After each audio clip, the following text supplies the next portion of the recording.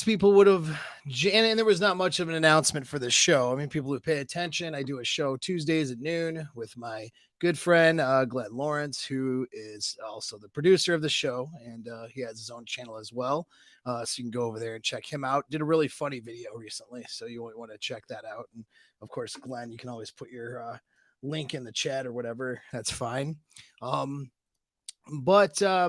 we're going to get into the topic of standards, which, yeah, I've talked about this a lot, talked about it before, but what we're really going to get into is the whole idea, like, okay, a high value woman, right? What makes a high value woman? What makes a woman, it's a container word. But what makes a woman valuable to a dude's life where you'd want to be like in a relationship with her? And as I break this down, you guys are going to find out very quickly, or at least by the end of the show, that the standards are not that high. It's not that hard, really, for a woman to show up and be a good girl to her dude. Period. It's just, guys don't need a lot. And it just isn't that complicated or difficult. But you'll find that both men and women like to complicate this thing, right? You guys complicate it by getting caught up into, manosphere, red pill think, and, which should be a good thing. There's a lot of good information there, but there's a lack of development too with a lot of you guys. Some of you guys start on a path, but don't really finish the path, or you're not there yet. And you have a lot of ideas complicating really what it boils down to, what you should be looking for, and it hinders your ability to do well. You create problems and drama for yourself. But then there's the other side of it, was just women, all right, making things more complicated than they need to be, and not being willing to accept or care about what a dude actually wants, right? So we're going to get into that topic today, and it should be enlightening. It should be interesting. But by the time you walk away from it, you men out there should have a good grasp and understand why your standards should not be compromised for anything. They should not be negotiated, because if your standards are reasonable and aligned, they're just not that hard to meet. Okay. They're really not. And I'll get into that. It's not a hard thing for a woman to be a good girl to you. And so if you find yourself struggling with someone trying to make her become that, maybe it's time to ditch that relationship. Or, maybe it's time to set her up, if she's not, for you learning and doing some coping skills and mechanisms so that she can be better in a relationship with you, right? But if she can't be and won't be and isn't going to do the work, like, it's you need to be able to just kind of ditch it. All right. And I'm not the guy who's always like, it's just your turn, bro, ditch the girl guy. I'm not the ditch the girl guy, but, because people make mistakes, people have struggles. If she is demonstrating that she's taking ownership and wanting to do the work to be a good person to you, then it's maybe worth the effort. Okay. And we'll talk about that too. That said, it's really not that complicated or hard. A lot of women like to act like you're asking so much for them. But are you really? I don't know. We'll find out. Maybe you are. Okay. Maybe you're asking too much. But what I find a lot of times is if you're being reasonable and you're really breaking it down to what you really want, you're really probably not asking for a whole lot. Most guys really aren't. Just that women refuse, by and large, and not every woman, obviously, right? But a lot of women just absolutely refuse to show up and be a good partner for their dudes. They just refuse. Absolutely. And they make all the excuses in the world as to why they don't. And so we'll get into that. quick announcement though. So I have a mindset boot camp. Okay. So that is neurobehavioral conditioning boot camp. So for dudes, that's going to run for 60 days. I'm taking interviews for it this week only. I took a few interviews last week. I had to do some things for, I had to be out of town for like, we'll say a number of days last week. So that made me have to kick it to this week and take a lot of interviews. A lot of people are interested. I'm closing it at 15 people. So 15 people who want to drastically change every aspects of their life, anything involving their mental fitness or any traumas they're trying to get rid of, or just perform better mentally, change and transform their habits. And everyone knows that habits are the precursor to success. And the reason you're not successful probably boils down to habits and the way that you're thinking and the way that you're doing things on a daily basis. If you want to have more financial success or more success towards your goals, this is a program for you.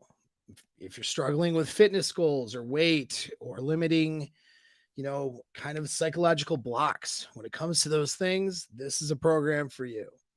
All right. If you're struggling with women, struggling with relationships, got a lot of baggage, got a lot of things going on in your head that you need to change and transform, this is a program for you. All right. But I'm only taking, like I said, a small number of people, and it's going to be but but effortless. If that makes any sense. We're going to make it easy for you. All right. The idea behind it is not to complicate your life with a program to try to get better. The idea is to find ways and mechanisms of making your life better and easier. As you make some of these small changes, your life just starts getting more improved, and it gets easier to make those improvements. And that's where I want to get you guys, those who are wanting to do the work. I get guys who are showing up in my DMs and my comments. It's good. Keep doing that. I'm not saying don't. But they'll ask for help. They'll ask for this. They'll ask for that. A lot of asking, and it's so much that I can't address everybody's comments. I try to do that, on these live shows. You guys can do a chat or super chat or whatever. Those things help. It's not about the money. It's just about really getting noticed and helping out the algorithms that don't work in my favor. And and I can answer questions for you guys for free here. So it's not even all about that. But the reality is, if I'm going to dedicate my time, energy, and effort into helping somebody, it's not going to be usually not going to be over. There's some exceptions, rarely, but it's probably not going to be over a DM conversation that lasts several days and costs me several hours of posting and hitting a dude back, right? Like that's not. And why is that? Because I don't know that guy is going to do the work and put the effort in and respect the advice. And it's not like, sometimes it's not a lot of work you have to do, but it's just, I have to know that the person I'm talking to really wants to help themselves, because I can't help anybody who won't help themselves. Right. And I have to know that a person's interested and invested in that. And so that's why, it's usually through a program that guys will have better one-on-one access to me. So I still have my year-long mastermind program going. That's for more seduction, and that's for more, there is mindset stuff in there too, but that's more for like the relationship stuff. That's getting over breakups or getting into, getting the girls, dating, hooking up, or getting into the relationship or keeping the relationship. Those are what those skills are. And it's a year long process of working with guys to get them to tailor their behaviors, beliefs, and things to get better success. And man, there's so many guys, we ran it last year, that are doing so well after it. And I'm just really happy with having watched these guys progress. Oh, excuse me, hiccup. Having watched these guys progress, it's been great. And so I'm excited to do it too with some of these dudes who are doing the 60-day boot camp. We're going to focus just on the mind work. There'll be a meetup afterwards too. We'll all meet up, do a mindset weekend. So it's going to be sick. I'm super excited. And I'll stop talking about it now and get back to the topic. But the link is in the description of the video. You can click on that, read more about it, watch some videos on it. Apex Inner Game channel has a video on neural behavioral conditioning if you're curious about how that works. And then book a consult for free in order to, see if you are a good fit for the program. Yeah. So might be something to do, but that's just this week. We gotta get it done before Friday. I gotta make decisions on who's in, who's not. All right. So that's that. And hopefully I'll see you there if you're a good candidate. All right. So let's, I just had been thinking about it. This topic again is this where the bar is set, I threw something out on Twitter, got over 10,000 views on it. It's pretty good considering I don't have, a million Twitter follower thing. And I'm not, I mostly shit post on Twitter. If you want to know what my sense of humor is like, I'm not very serious there at all. So, I'm surprised this got as much traction as it did, but I just put a post out there where I just listed 5 things. I listed self-care, sex on his terms, respect, don't hinder his life, and do stuff for him. Right. And then my comment was, here, read it. The bar is so low for what men want from women that it's like simply asking her to be a fucking person. Yet most women just won't do it. And they wonder why men resent them. It really isn't that hard to make a dude generally happy. And if you break down what you're really looking for, what you want, how hard is it really for her to show up and do shit that other human beings would do for other people and not be a major detriment or cost to your life in doing so? How hard is that? Like, it's not really that hard, but we got to break down what is it like. And I've talked about it before, guys. I've talked about it more scientifically before, but we'll throw some sciencey stuff in there if you want. But I mean, this is a general conversation. It's like, what makes for a high value woman, right? It's not much for a dude, because guys aren't looking for her to provide and protect. You know what I mean? It's being a good mom for the most part should be like instinctual. Like if she is not a toxic, she's not a toxic human being. She's not riddled with mental and emotional problems. And she has a fairly healthy lifestyle. She becomes a mom. Her instincts will kick in and she'll probably be a good mom. You know what I mean? Like it's not, and I'm not saying that women don't have a lot of work to do in their lives or whatever. Like, being a mom definitely takes work. And, if she's a working mom, that definitely takes work and effort. Like a woman has to put effort into her own life for sure. Like, I'm not sitting here saying like women don't have to do anything. Like, that's not what I mean. But what I'm saying is, though, for the dude to be happy with her, it really doesn't take that much. It's just focusing on the right things. And if the woman you're with isn't willing to like prioritize those things that are going to make you happy and excited to be around her, what the hell are we doing? You know what I mean? And I get a little tired of hearing, people and women in the sexual marketplace bitching and complaining all the time about, how hard it is. It's not. It's really not. Now, you guys bitch and complain too. So we got a lot of complaining going around. All right. But sometimes, but in some ways though, I understand, I get it. I do. I mean, I next chicks all the time. I get out of long-term relationships all the time because they're not serving my goals. And it's because they fail in one of these things that I just mentioned, usually, which I'll break down a little bit more broadly and more seriously. And they continuously fail in it. and it causes the relationship to erode, and I decide it's not working for me. I'm usually the one to leave it because I'm not compromising my standards, because I like myself and I like myself single. And me single, I have me as a single guy, I have as much sexual access, usually with more variety of partners if I want it, than the long-term relationship. So I like the long-term relationship better because of having, I would rather have more of a, um, could say deeper connection and more of a deeper experience, if you want to call it that. And I like, the benefits of a long-term relationship if she's showing up and being the right person. But if she chooses not to, or, decides to not continue to do that, well, I'm out. Because I value my life and I value the value I provide other people. And I'm strong in who I am and I don't give a shit. I will not sacrifice myself or my purpose for any woman. Don't fucking care. Right? And it's not to say, it's not to say that that doesn't make me, that makes me a better relationship partner, not a worse one.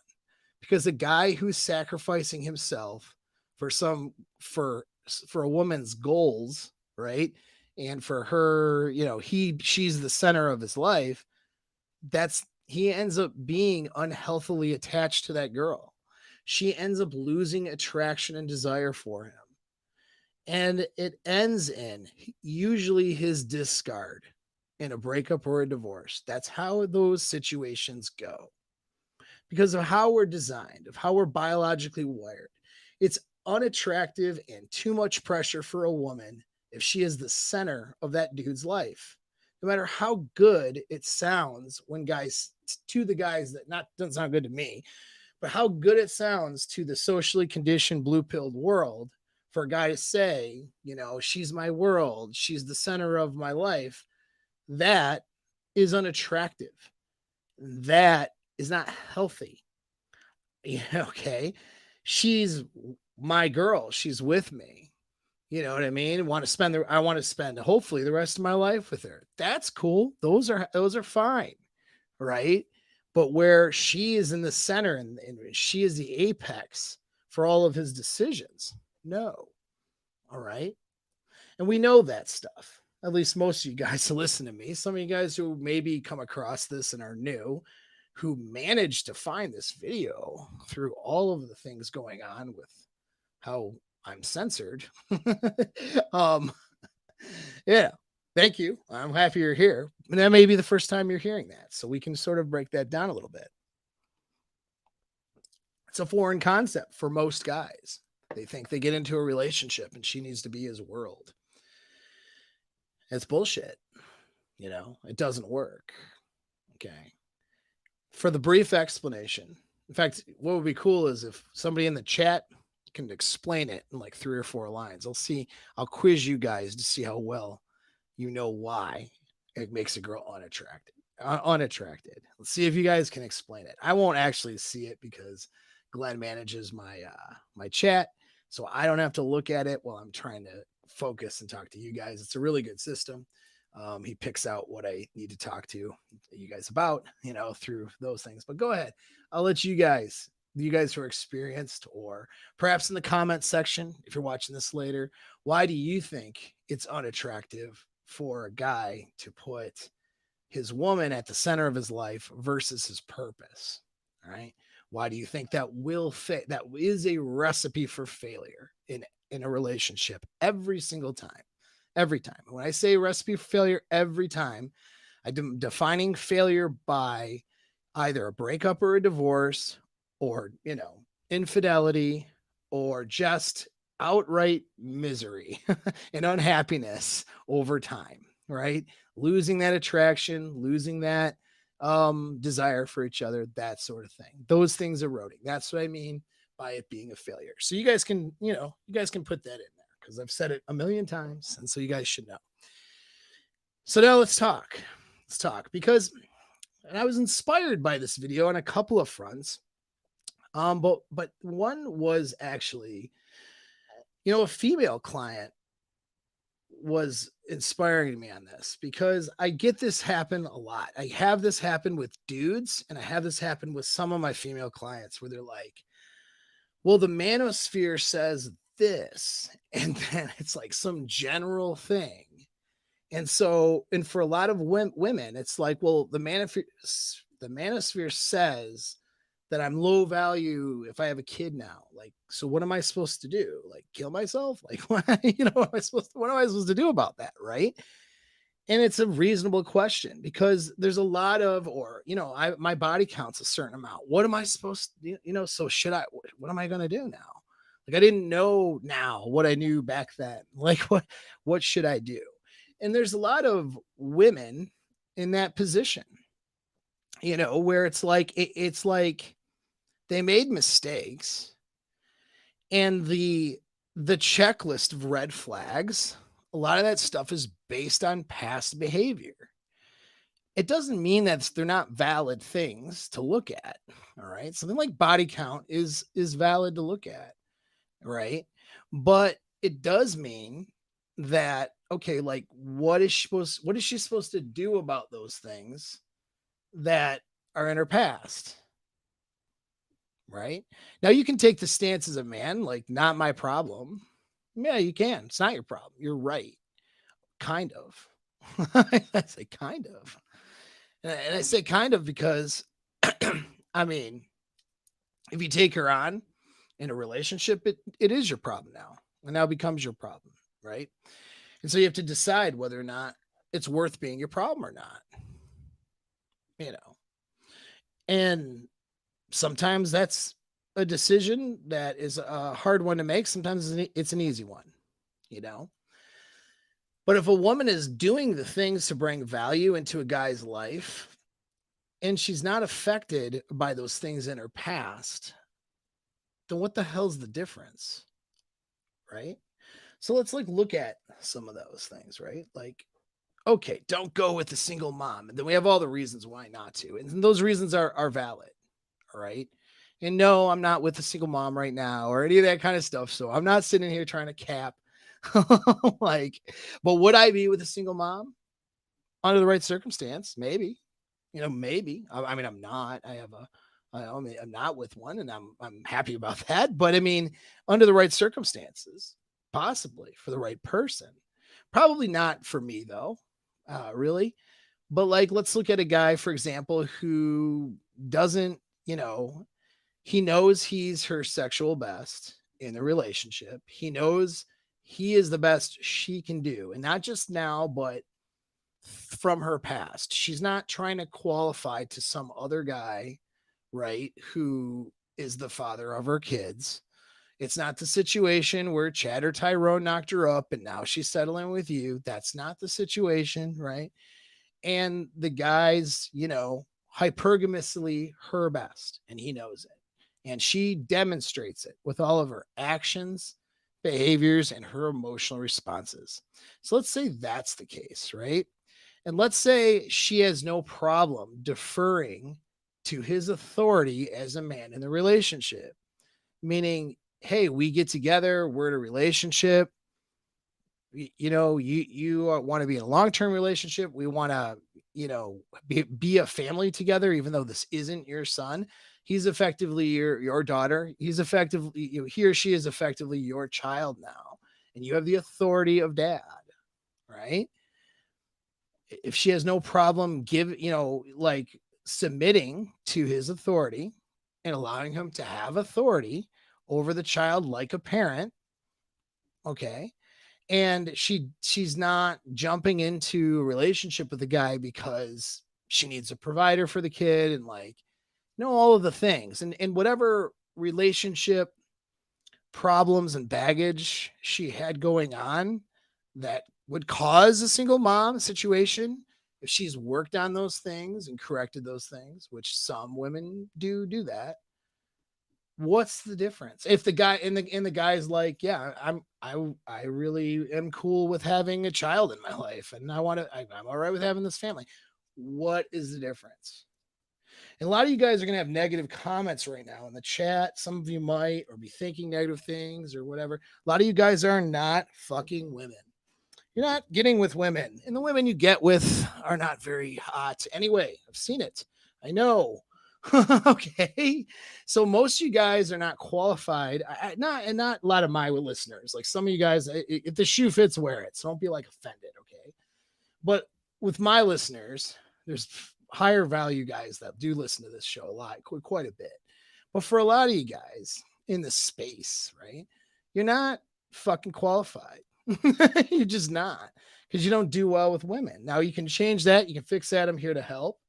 But it feels comfortable for you to jump up and down and talk about somebody else's life and why some other guy shouldn't get with that single mom. Like, look, like you have no judgment. You're not fucking doing well.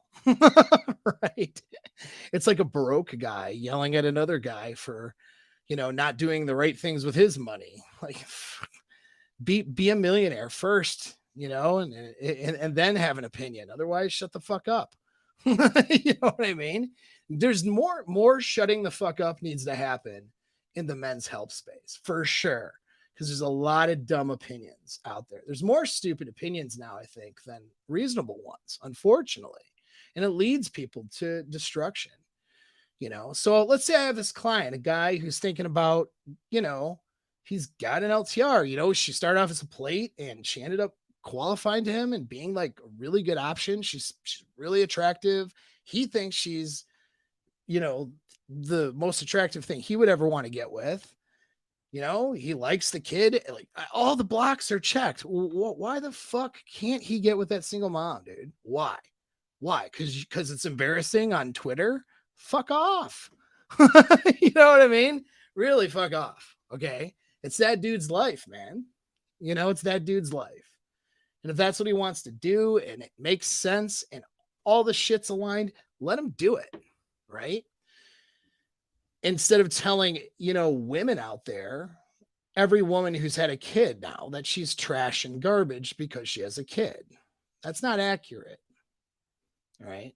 The reason it's not accurate is because if a woman just does certain simple shit, the guy is going to be fine with the red flag, because that thing, the flag, is something from the past. Right. How she shows up now is what matters. How she is now is what makes the difference. You know what I mean? And so, and I'm not suggesting you guys take on somebody with red flags. You guys do whatever you want. But some of you don't even know what you want because you're not seeing enough women to know what it feels like and to know what experiences are going to be good and what's not. You've had a handful of experiences, maybe a couple handfuls of experiences, and maybe those are real shitty. And now you're trying to play it safe by, trying to follow some formula or some list. And those things are valuable. Like my friend Rich Cooper, Entrepreneur in Cars, has his red flags list from his book. Super valuable. I'm not saying it's not valuable to look at this stuff, especially for dudes who are completely clueless about, what they should be looking for, how they should be vetting. I think it's great. I think it's valuable. I think my friend Aaron Cleary's book of numbers that demonstrates some of the probabilities and some of the things. It's a little bit like you'll never get it, you know what I mean? But which is bullshit, but that's not his opinion. But that's just like with some of the way that the numbers are looked at, makes it sound like it's rare to find a good woman. And I would argue against that because I would use different measures than what he's using. But his commentary on the social environment that we're in regards to women and feminism and men and trying to fit together and make things work is accurate. It's super valuable. I love the book. Get it. It's valuable as hell. I may not quite see eye to eye, and what I don't see eye to eye in is what standards we're actually looking at. Because, he uses standards like a degree from a university. I really don't give a shit what a degree is in. You know what I mean? I don't know about you guys, but I've never cared about that, right? Like when I'm thinking about actionably what it feels like to be with this girl, and if she's somebody I want to be with. I've never sat there and gone, gee, if she just had more accomplishments, like what? That's never even a thing, right? For most people. So I mean, that's the disagreement part, is like it makes it sound like there's no, there's not going to be a woman that you would ever want to be in relationship with. But I don't, I don't think that's true, because my measures, the categories I'd be looking at, I think that the categories that we instinctually look at as men is different. But his commentary, though, on how westernized women have declined and have devalued themselves is extremely accurate. And the book is great. And so these guys that I'm mentioning that have great opinions, that are reasonable and stuff, those opinions are good. They're there for a reason, but they're not there to discredit the individual. If that makes any sense. That's there. Those things are there. Like in some of the sayings and some of the stuff we talk about these things in generality. Let's think about body count. That's like the most focused. I feel like that's the most focused on red flag right now. Currently, the body count thing is trending, right? There is, and the reason that is because, modern dating culture jacks up women's body counts, and nobody's up until recent, nobody's been challenging that shit. It's good that it's being talked about and challenged, because there are real tangible problems when it comes down to that woman's ability to be happy when the body count gets higher. All right. There are real tangible problems that can appear and that can be caused from that. So we need to be, teaching young girls to take sex a little bit more seriously and not rack their body count up. You know what I mean? That's important. Okay. And that is something that, that makes a girl valuable, but not really. What do I mean by that? It makes a girl valuable because a girl with low body count shows up a certain way in the relationship. Who cares what the body count is? What actually matters is the experience that he has with her and her experiences. What's the risk of a high body count? That she doesn't see him as the best, right? Or that she's lost her ability to pair bond. Don't listen to the goofy stuff that says pair bonding's not real. It's just a bad word to describe neurochemical bonding to another person. Okay. And so, you're supposed to, by design, we have the neurochemical reaction that sex helps ignite and solidify, that makes us want to be bonded to another person and not seek out that sexual gratification in those bonding chemicals from another person or a bunch of people, right? So that's what the bonding thing is. And that, is a requirement for a good relationship, is that you feel, because, we know women are operating on feelings, right? Well, so are guys, but I mean, women are operating on feelings first, and then, reason afterwards. Usually they got to feel good. They got to feel good about that relationship and this commitment, and sex and bonding to that guy is what kind of becomes the foundation for her ability to do that and to be bought into wanting to keep the guy and to wanting to, have that relationship with him, even when it's hard. Right.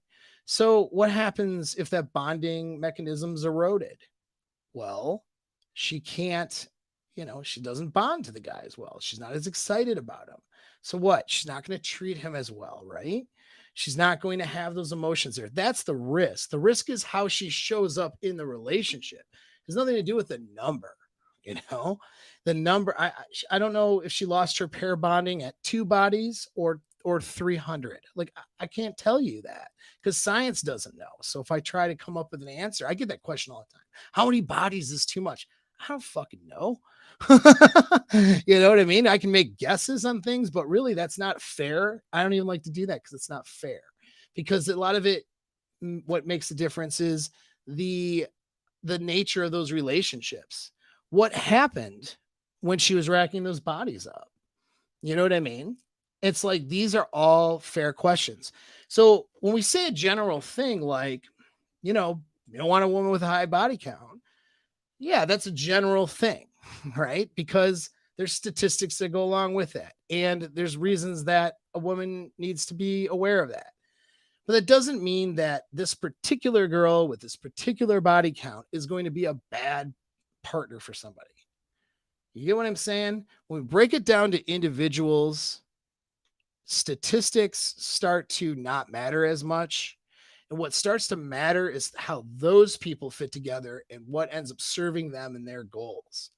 You know, do you think I'm going to tell some guy who gets on a console with me and says, you know what, I got the perfect woman and everything's aligned and, here's all the things that are happening for me that are wonderful.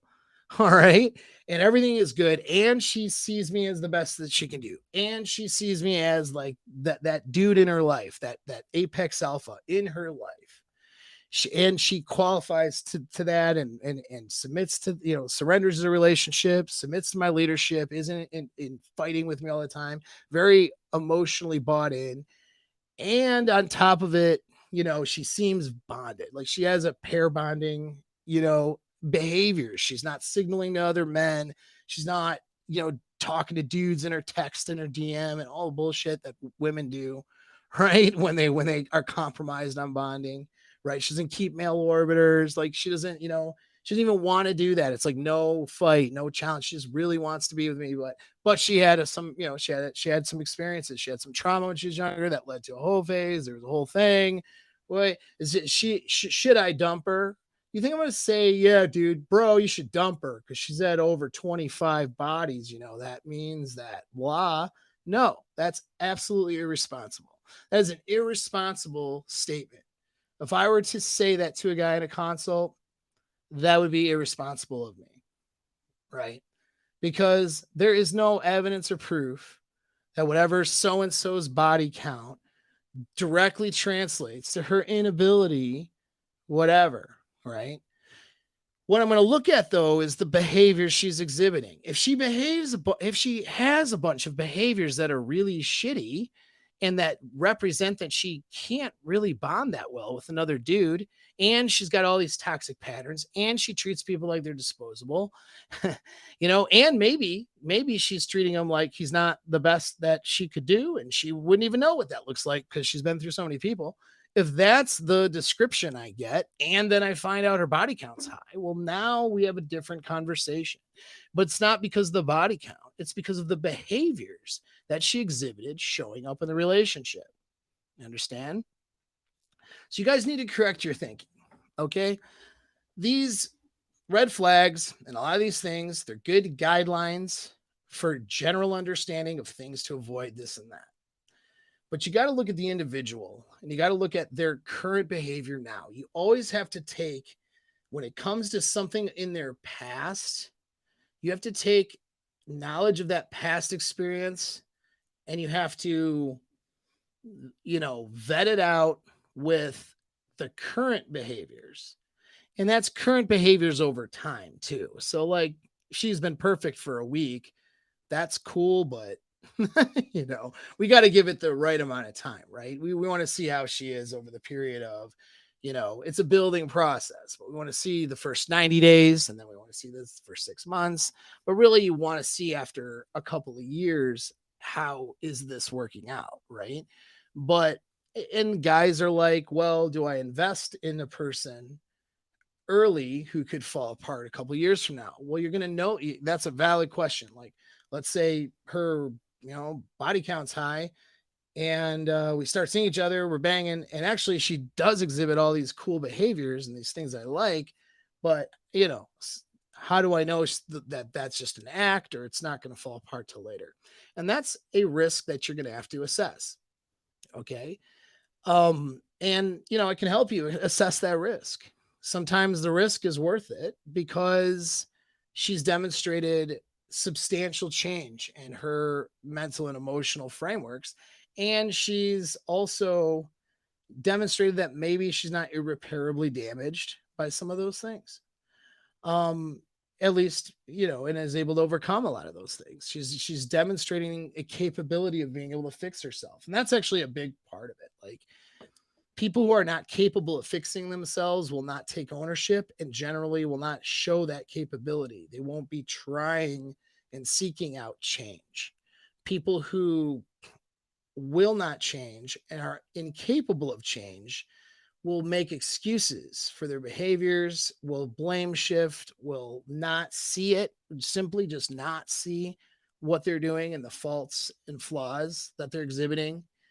And so they'll just never make any changes because they'll be unconsciously incompetent in those things. Unconsciously, they won't be able to process. You can tell them, hey, you're doing this thing wrong, and they won't see it. You know what I mean? And they won't even try to, and they won't try to get better. They won't take ownership. Even when they try to make it look like they're taking ownership, they're really blame shifting. Like, these are all the behaviors of somebody who can't fix something. When a girl talks about her past, if she is constantly blaming it on everybody else and not taking ownership for it and not being able to demonstrate what she's done to work on herself to fix her patterns that she used to have that weren't working for her, well, then you're probably not dealing with a changed person, even if they're treating you nice, right? But if the person has done the work and has gotten those insights and those things, it's not to condemn any individual, because I believe individuals, men and women, can make substantial changes. I do it all the time with clients, both male and female. So if I were to sit here and tell you people can't change, that's actually bullshit. In fact, if you watch my video on neurobehavioral conditioning over at the Apex Inner Game channel, that illustrates how bullshit that idea is. The fact of the matter is, your brain is always changing. You can't not change, actually. You can't not make changes. All right. You are always making changes, whether you like it or not. It's a question of whether you're changing for the better or for the worse. Or maybe you're only changing in certain aspects of your life, but other aspects have kind of stagnated and stayed the same, right? Maybe that's the way it went, is going for you or going for your partner, whatever. But to say that people can't change would be a lie. Okay, to say once a cheater, always a cheater, lie. To say, well, dishonest people are just always going to be dishonest. That's not true either. If you've watched my videos on dishonesty and lying, you'll find that everybody is dishonest at certain points. It just matters of what values. And that's actually okay, by the way, because not everybody is owed the honest answer in every circumstance. You know what I mean? If somebody's not feeling good about something, he doesn't owe it to the checkout line person that said, hey, how's your day going, to dump all that on that person. You know what I mean? Like, you're not always going to be honest with everybody. They don't owe you. You don't owe that. If you have something in your past that was traumatic, you don't owe it to every stranger to talk about it. You know what I mean? So like, it's you'll find that people are generally dishonest when it comes to certain aspects, and what matters is the person's values that they have and whether or not they're going to have integrity, because integrity is what matters, not so much, whether somebody is omitting something or this and that for different circumstances. But at any rate, when you do a deeper dive in this stuff, you realize that human beings are human beings who are flawed and who make mistakes, but who also make improvements and change themselves. And that's not talked about enough, because there are so many girls out there that are hearing this information. They know feminism's bullshit, at some point. And so then they look for a counter narrative. And then they get on the internet, and it's all of the, we'll say toxic manosphere kind of stuff that are designed more for getting clicks than it is helping people with their problems. And they get on to that stuff. They hear those messages. They hear the sound bites. Maybe they're hearing a soundbite even from somebody who's good content creator, or a good, someone who's got good advice, but that soundbite, they're getting a skewed, perception of that. And some of you guys, you're guilty of it. You're not really clear, a lot of you guys, as to what really is going to make you happy. You just know you want pussy. and you know that you don't want to get hurt. That's most of you guys. And so you're looking at ways of having power in the sexual marketplace so that you don't get harmed because you feel powerless. Some of you guys don't, you feel powerless because women are the selectors, and a lot of times they're not selecting you, and that makes you feel powerless. So then you have to come up with a narrative as to why women ain't shit. Well, that's not going to serve you very well if that's what you're doing. Okay. Not everyone does that. Obviously, a lot of you guys listen to me don't do that, which is awesome. In fact, the guys that don't do that don't feel attacked when I say stuff like that because they know that, you know, they know what I mean. They know I'm not referring to them and they know exactly what I'm talking about. So let's talk about some traits though. Like, what is it that makes a woman high value? It's not not having red flags. It actually has nothing to do with it. The red flags, it's like kind of like status in a way. Red flags are just pointing to the possibility of not meeting the guy's needs, right? Or being a massive cost to that guy if he gets in a relationship with her. That's what that is. The red flags are like a danger and a warning that this woman might not be able to meet your goals or standards or will sabotage those goals and standards in the relationship, you know, later on and cause you pain. That's what red flags are for. Okay.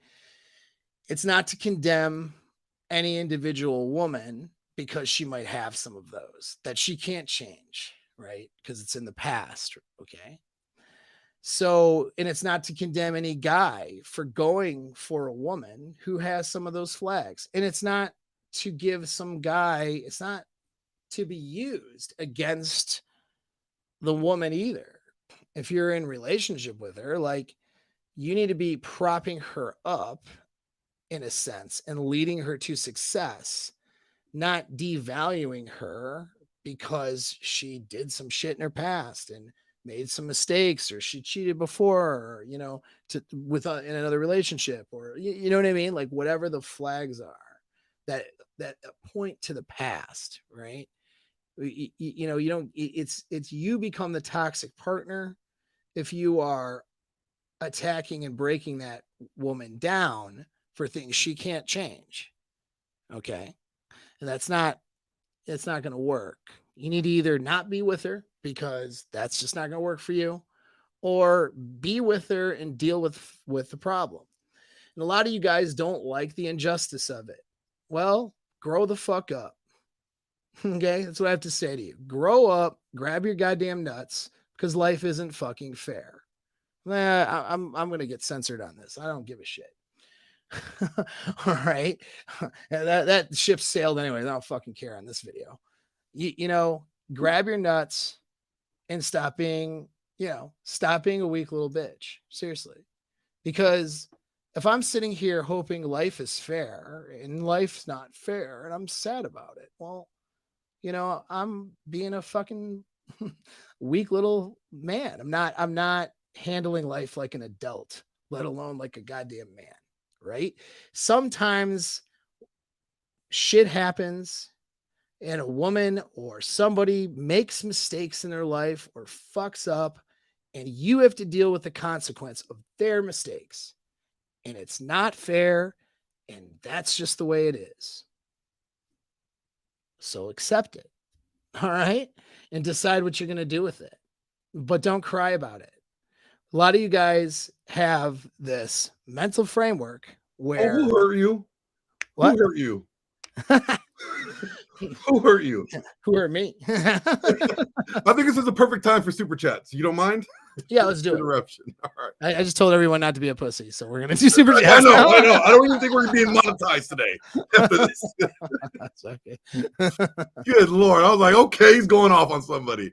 All right. We got just in general, I see it all the time, man. It's fucking dumb. You know? Who hurt you? It's all I want to know. Who hurt you? Who was he? You point him out, I'll get him. Better Days asks, not the right chat, Paul, but as a soldier, what's your thoughts on America, UK, No, Russia. No, Better days. I saw that in the comment section, bro. I'm not answering that question. we're moving on, better Sorry. days. But we'll go on to your next one. Let's see. Have you ever had a girl reject you? This, oh, I didn't know it was romantic, all that nonsense, and flipped it to a date, etc. Working up money to do a consult. P.S. That's what he's letting you know. Okay. So they're saying that the girl flipped it into a friend zone situation. Is that what we mean? I'm a guessing. I'm thinking like he took her on a date. He got in his suit jacket. You know, he was looking. He had his corsage or He her put on corsage. his Sunday best. Yeah, and and he's took like, her out to the. took her out, and then she's like, "We're just friends." Took it out for milkshakes. Yeah, at the he only the bought local pharmacy. He only bought 50. one and 2 straws, and she. Did you do 2 milkshakes instead of the 1 milkshake with You 2 did the straws? 1 milkshake, 2 Fuck. straws. That's why friend zone. That's what happens, dude. So here's what happens until, and so that's a good question though. Actually, here's what happens. You're in a you're not, nothing really happens until a sexual framework happens. All right. So you can't make a presumption, you know what I mean, that you're not going to get put in platonic zone until after there's, you know, usually sex or some kind of sexual dynamic, meaning physical something, you know, at least a kiss, preferably one of the bases, preferably sex. But, you know, because I don't save myself till marriage, okay, it's sex. I don't consider myself in any situationship with a girl that's worth much of an investment other than take it or leave it until sex happens. And when you are dating with the mindset, not that you're chasing and trying to force sex to happen, but it's like your mindset needs to be that we're moving in a direction where we're in a romantic framework and sex is going to be the outcome of this, whether it's at the end of the first date or meeting or the end of the third or fifth. Who cares? You know, it's usually in girls today, it's usually the end of the first couple meetings, and there's no shame in that. Okay. It's just that's where you're moving it towards a sexual dynamic. If she is like, well, we're just friends, well, then you stop trying to move that forward in that scenario. And so that tells me there's an issue with your game, really, if she's doing that. Like when the girl goes to hang out with you, there should be no question in her mind that this is not a platonic hangout. And if you're sort of, you know, presenting it like it's a platonic hangout and she's going to hang out with you, and then, you know, then she's surprised when you try to move in for a kiss or move in for this, that tells me there's just something wrong with your game. And I don't know the details. It'd be something we would talk about in that console, but it's like you are coming out with a friend framework first, probably, and then trying to move it from this platonic framework into a romantic one, which is always, you know, a harder way to go. Like, then that's almost a deceptive way of doing it. Not that you're trying to be deceptive, but when you interact with this chick, you know you're interested sexually. Like, you know that, right? And she probably kind of knows that. And so now when you throw it into this sort of platonic framework, you know, that is more or less being deceptive. And the reason she's going to perceive that deception as weak because it's usually a guy not having the balls to have a sexual framework with her early on and to begin with. And when I say a sexual framework, I mean, doesn't mean you're like, hey, want to have sex, but you know, but it's there's flirting, there's tension, there's, hey, let's go hang out sometime this week. And you know, she knows based on how you're treating her and acting with her that, you know, you're wanting this to go someplace. Now it might not go anywhere. Maybe she friend zoned you at the date. Okay, that's her, whatever. But that tells me there's a problem with tension. So when you look at, I did a video a while ago on this. I should probably do another one just to, rehash it because it's really important to understand, which is when you look at this seduction matrix. So picture a not Venn diagram, but picture a XY axis, right?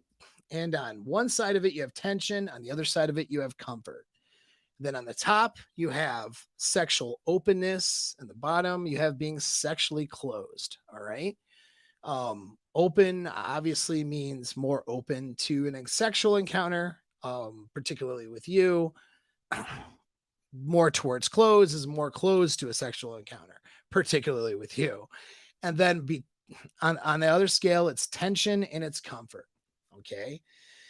And so you need to be creating enough tension where it's not where she understands, and sexual openness where she understands that there is a sexual dynamic here and there's some tension here. There's sexual tension here. It's not all safety. It's not all friend, kind of vibes. It's not all comfort. You're making the girl in a way too comfortable, and comfort and sexual open is really like marriage sex. You know what I mean? It's like, yeah, they're married and they've been together a long time. And maybe in that moment, her desire is not super high, but yeah, she'll just have sex, right? Like, whatever, not a big deal. You know what I mean? That's like the relationship sex tends to be over there. Now, you want to pull when you're in the relationship, you don't want it to be there. You want to pull it over into tension. And that's what game will teach you. Okay. But that's for most like typical relationships when it kind of gets dull. They're having sex. She's sexually open because the guy that she's partnered with, but a lot of comfort, not much tension going on, right? If she's sexually close to you and there's not any tension, then she sees you as a friend, So if she's comfortable with you and sexually close, that's friend, You don't want to be high tension and sexually close because then that's going to be you're the creep now. Okay, so creepy vibes, that's that. So you don't want to be that. But when you're in this friend zone thing, you need to move it out of that by creating a little bit of tension and creating this idea of sexual openness and having her move towards being open to having sex with you and then having some tension built through the way that you're flirting with her, talking to her, handling her, your tone of voice, your eye contact, all of these little things that I teach in the seduction program. That's the year-long program, right? And so you might want to consider that because what you're telling me here is your game is just off, man, And she tried to flip it into a friend framework. Well, she probably was just on the fence to begin with and not in genuine desire. And your behavior pushed her into being unattracted. So there's something about what you did and how you interacted with her that made her be unattracted to you. Or she just was unattracted to you to begin with, but maybe saw you as a potential option for other pragmatic things, whether that's, women aren't just friends to be friends. So there's some reason she wants to hang out with you that has nothing to do with wanting to have sex with you. Right. And so she wants to have she wants to have your time, energy, and attention, without having a sexual framework. And you're going to either be okay with that which means she's a friend now and you're done and you go move on to other women, or you're going to not be okay with that, which means that she only hangs out with you if there is a, sexual framework, meaning she sees you as a sexual option. She's pursuing and exploring that as an option with you. She doesn't get to just be your friend and get whatever benefits that would mean, right? And not have a sexual framework with you. That's not going to work. All right. And guys enter into these covert contracts with women and hoping to change it. And that's a problem too. And that tells me that there's sexual scarcity going on. Maybe you don't have other options that you would like, or you have attachment issues and you've taken, and prioritized this woman probably too high in your life. And so, yeah, those are things that could possibly be happening. All things to break down in a session, but that should never happen. If your game's on, she shouldn't be confused and go, geez, I thought we were just friends. Like that shouldn't be something that would happen unless you guys had been friends for a long time and then you were trying to flip it into something sexual, romantic. that I could see it then. But if it's somebody that was never the case, like you weren't this long-term friendship and you're trying to hang out with her, and then she's like, wait, we're just friends, right? Like either she's not attracted to you. Well, it means she's not attracted to you. That's what it means. But the reasons why she's not attracted to you is probably due to your game, and it's probably due to your approach. You know what I mean? And so that's something to work on. And that's that. So what else you got, Glenn? Long answer for that one, but All right. From Better Days. That was a long answer. That's a good one though. We got Andy Lee. He goes, "Hi, life-saving content. Unrelated question. I noticed through introspection that I have codependent vulnerability, narcissistic behaviors. Good God. Neuroticism and social anxiety that ruins relationships. Could you please do a video on recognizing and dealing with these behaviors?" that is a lot. That's a lot. That is a lot. That's a Did you take? I wonder if he took the test. Like, what kind of crazy personality disorder I may have. I don't know. Well, Like- I do want to recommend you're a good candidate for my 60-day program. And Absolutely. I've worked with you before, I think, if it's the same Andy I'm thinking of. So we've worked before on some other stuff. I know who you are, if it's you. And I'm just going to say, you're a good candidate for that program, man, because we want to break down these tendencies that you think you have and, see if they're real or not. You might just be being, overly critical, or perhaps, really focused on some like maybe guilt and shame and stuff like that. That might not be accurate. But if it is accurate, either way, we want to break these things down and change the framework around them and change how you're showing up in the world. And, that's a lot to do a video on. And I'm doing, but clearly the way a dude shows up, you know what I mean, is going to make or break his ability to have good relationships. And here I'm talking a lot about things to look out for with women, but there is that definite aspect of things to look out for in yourself. And that is something that I do touch on. So I don't know how I can do a full video on all of those topics all in the same day, but yeah, talking about things like narcissistic behavior and stuff like that, those are definitely something that's on the table, because you get what you show up as, right? So I saw Glenn hop right in, Glenn. That's a good enough answer. Dude from Japan text messaging in, said, "Women ain't shit." All right. Thank you for the comments. He has an army of hot dudes with him too. Oh, hell yeah. Oh yeah. If it's John, my buddy John MLD, I'm going to be on his channel tonight at 9:00. So you guys need to go watch that. All right. We're going to break down women ain't shit. No, we're going to break down some stuff on that. So it'll be a good show. So excited about doing that. Always fun to go on to do stuff with my good friend John. So if that's all comments from this break, we can get into the rest of the topic. We got one more. We got Jaron Scott, the homie from Jaron Scott. I think he's in the 1%. Oh, good. Rich's group. He goes, "Yo, yeah. Paul, I'm burned out from slamming through new, strange, and have a solid rotation of girls." Jaron's such a fucking Chad, dude. I know. I was on stream with him one time. He's a boss in Mexico. He's doing his thing out there. He's like, but a few days with any of these girls, I start craving new girl again. Mm. He has an attention span with these girls like a ADD child.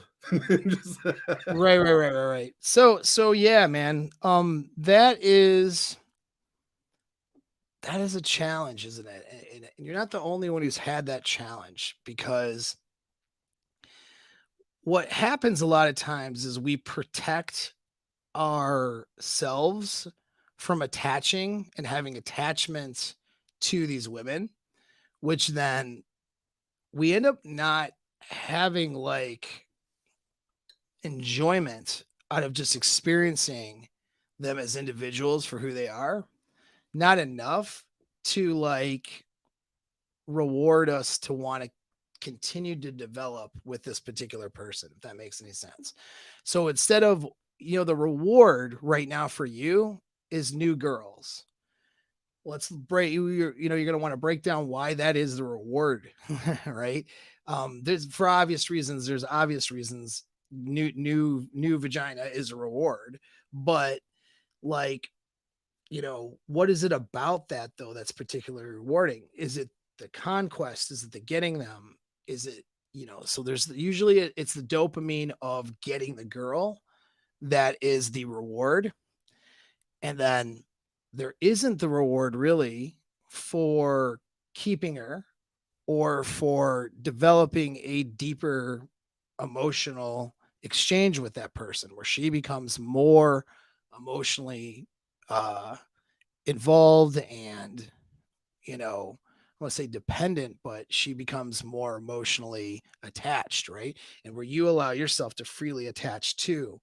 And certain personality types and, like certain like being more analytical, being more engineer like, being more, breaking down things to find minute details, such a good trait to have, but also can hinder our ability, inability to attach too. So those types of personalities tend to be more avoidant attachment or, struggle with having that feeling of attachment, and you get into starting to treat people more like things rather than people.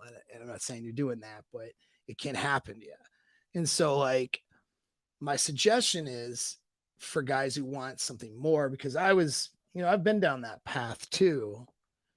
And really, I enjoyed more having a kind of a deeper frame with a particular girl. Now, either the girls I'm seeing are not of the caliber that I would want them to be at for me to want to have that deeper frame with, right? Which means that I got to find a way to up the caliber of the women I'm seeing. So maybe the way I'm sourcing these women and the types of girls I'm getting are just lower quality in terms of their internal, mental health and, emotional health and all those things. Maybe there's too many red flags, right? We could say, right? Too many problems. It's not, they're just not the quality, or maybe not even as hot as I'd like, or whatever. There's things that are missing, could be missing with the pool of girls you're dealing with, which means you got to, find a different, you got to change the game where you're not just getting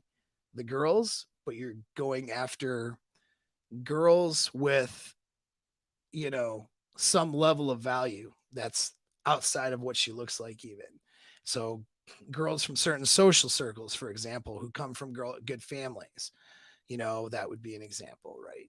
Girls from, certain areas of the world, if you're in a geomax, or just, just being able to vet out and find individual girls who just have better sets of values than what the average or majority is that you're seeing. And so you may have to change how you're sourcing. That could be a thing. Maybe again, to use the container word, low quality woman, but maybe they're just not high enough quality for you. So that could be part of the problem. But the other part of it too could be just, a lot of times guys have been through divorces, they've been through breakups, they've had heartbreaks and stuff, and then they learn how to get women. What ends up happening is like you shield yourself from the pain that you could experience with a close attachment. And then what's left over is more shallow attachments. And so the new skill set would be to be able to allow yourself to really have more of a deep emotional connection with somebody, but without the attachment that puts you in a place where you get harmed from that from that emotional connection. And that's a talent. It really is a talent to be able to do that, to be more or less, call it a healthy attachment, but have your attachment to the girl calibrated to, the situation that you're in with her, and to be able to kind of freely surrender to those emotions you'd want to have for somebody, and you'd want her to have for you also. It's an exchange without being protective over what those outcomes could be if it goes badly. Because being able to break up with somebody, being able to break clean when there's a high emotional attachment, being able to handle those emotions, that's a whole nother talent, whole nother skill set that goes past, the pickup stuff, right? And getting the girl into bed. So that's kind of like the next level, really, I think. Um, it seems that guys generally want more satisfying relationships versus just, once the variety part is solved and you have no trouble getting variety, then it's like, well, I think I want to do a little bit better. I think I want to have better experiences with better women where I feel really good about it, and I feel a good sense of attachment. And that's what LTRs are about. That's why people get in them, because you really, you know, takes a lot of time and energy out of your hands when it comes to sourcing all these women. And it allows you to have better, fuller experiences if it's done right, with a particular girl. And so you got to be open to that. And I think that that's a lot of words I just put together here, but hopefully that helps answer your question. It has to do with, I think, your ability to emotionally attach to a girl. And I say attach, I don't mean that in an unhealthy way, but I actually mean the opposite. I mean in a healthy way, right? The ability to have that emotional exchange with a chick that you're seeing, and to have that be, you know, be curious about her, learn more about her, have gratitude for the experience you're having, and allow that feeling of closeness and of, bonding, right? We're designed to bond. And so have that bonded feeling with a girl without being attached to the outcomes or being worried about the outcomes or the danger that might involve. And, you know, a lot of guys think, not that this is you, but a lot of guys think that the alpha thing is to not have attachments at all. And that's actually bullshit. And that usually ends up manifesting problems for a guy, psychological issues and stuff, loneliness issues, all kinds of stuff. We see that all the time. So the real talent, if you will, and strength is that of a man is in his ability to attach, ability to have good emotional connections with the women in his life, but be able to walk away from that if it comes down to it, be able to recover from that breakup, be able to hold frame when she's being unpleasant. You know what I mean? Like these are all to know that she can't hurt you, to know that she can't hurt you. She doesn't have that power over you, that you can have all the attachment in the world, and you know how to handle it if she is abusing that privilege of having your attachment, right? And so that's where the skill set needs to grow to, if somebody tells me that that's the issue that they're having. So it's the ability, and then again it's back to sourcing. Like it could also be it could be a mixture of both these things, but maybe the girls that you're sourcing are just not good compliments, you know what I mean, to your life, and that they're more, they demonstrate so many potential problems early on that you're like, I don't want to attach to these girls, and that's fair. That's fair, because most girls you're gonna, meet on Tinder, meet on Hinge, go out with, whatever. They're not going to be somebody you're going to want to be with long term, most. But there should be it should be a percentage though that are, and it's another separate skill set to be able to sniper those girls out of the crowd. You have a bunch of hot girls, and then they meet the looks criteria. Okay, cool. Which ones are the ones that you would want to develop with? And can you make that connection with those particular girls and build that rapport quickly, get them into bed and get them wanting to be with you, and work on, seeing you right in that situation. So that's where the next thing would go, and then there's, of course, if you're very solid in, a relationship and all that, you actually are having deeper experiences with women. You have more, longevity in your scenarios versus just kind of the pump and dump thing, right? Then you look at different relationship structures, harem structures. You don't have to do monogamy if that doesn't work for you, but I would suggest though that having more meaningful, deeper relationships is a benefit and is something that ultimately we all want, you know? So I don't know anybody who could seriously look at me and tell me that, no, you know what? I really don't want that. Like, they usually want it. Sometimes they don't want it right now, but whatever. It's just how we're designed. You know what I mean? So hopefully that answers that. Hopefully that helps out, man. So good to see you. Or, here you see in my chat. So all right, man. What do we got? Moving on. Sweet.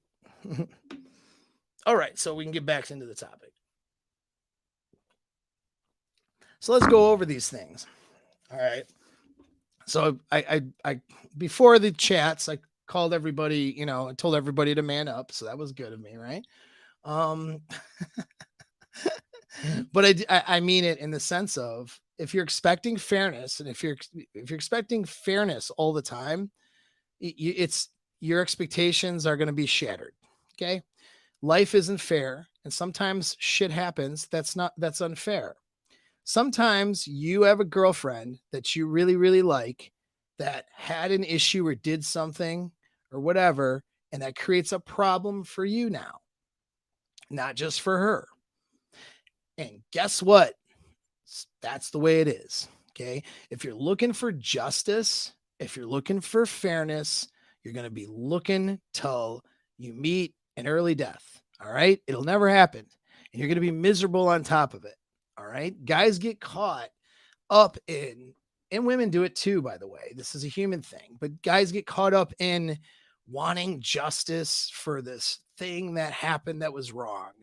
Listen, having a sense of justice and fairness is good, obviously, but expecting that it shows up all the time, and if it doesn't, then,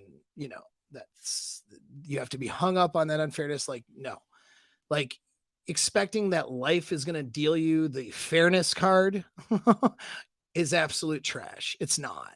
Some of you guys are going to have more struggles in certain areas of your life than others. It's not fair, and that's okay. All right. And some of you guys are going to have girls that will do shit to you, that create problems for you, that you have to deal with, and it's not your fault. And guess what? That's okay too. That's part of life. All right. Unfairness happens. All right. So a lot of you guys are in that scenario where you're like, I have this girlfriend who, banged a few guys in her past, and I'm mad about the guys she banged,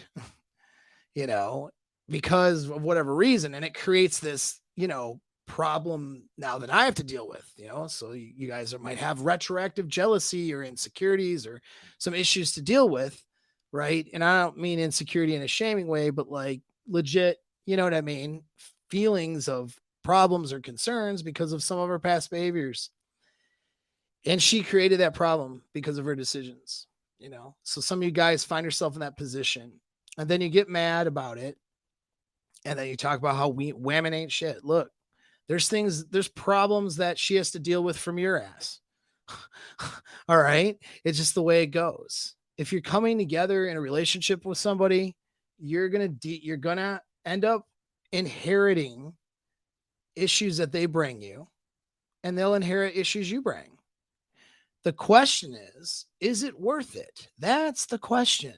Not whether or not it's fair, because there won't be any fairness. Okay. If you're expecting fairness, you won't be happy with women, period. All right. But if you're expecting basically success, meeting your goals, and having good outcomes, right, then yeah, you're going to have a great life with women or with anything else. I mean, take a look at it. Like, if I looked at, if somebody looks at, for example, the fact like they came from an abusive and poor family, that's not fair, right? Is that fair? No, it isn't. But if they look at that unfairness and are stuck in that unfairness, and they use that unfairness as an excuse to, be angry at people who have higher money status than they do, to be resentful at women who go for guys who have higher money status, and to be all hung up on that, and to be hung up on that unfairness, and to never do the behaviors and the things to get them out of poverty and to get them out of the trauma that was created from their abusive parents. If they never do those things, then they're just not gonna have a good life. They're gonna have a miserable, shitty life because they're stuck on the unfairness and the injustice of the situation they were in, or that happened to them, whatever. A lot of you guys do that shit with women. All right. You've had an injustice happen to you. You had something bad happen to you. You had something unfair happen to you. You're with a girl now today that has some issue, and that unfairly brings you problems. Okay. That you didn't do anything to deserve those problems. That happens.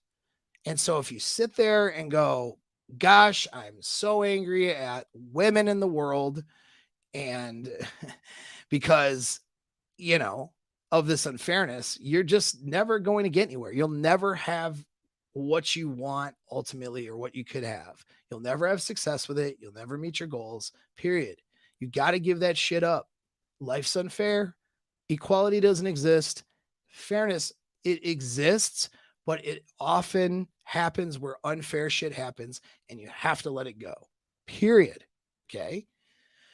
So that means it's a question. It's a cost benefit thing. She has some things going on with her. Well, does the benefit outweigh the cost? That's the question.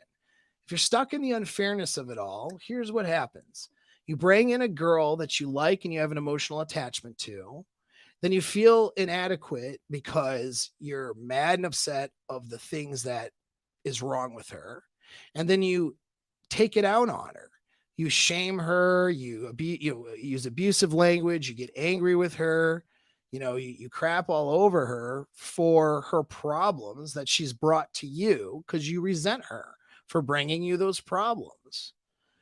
And you're angry and upset at the unfairness of it, and maybe those problems spark inadequacies in you. If we're talking about, let's say, past partners or something like that, And so now you're abusing your partner over that. Now you are the asshole.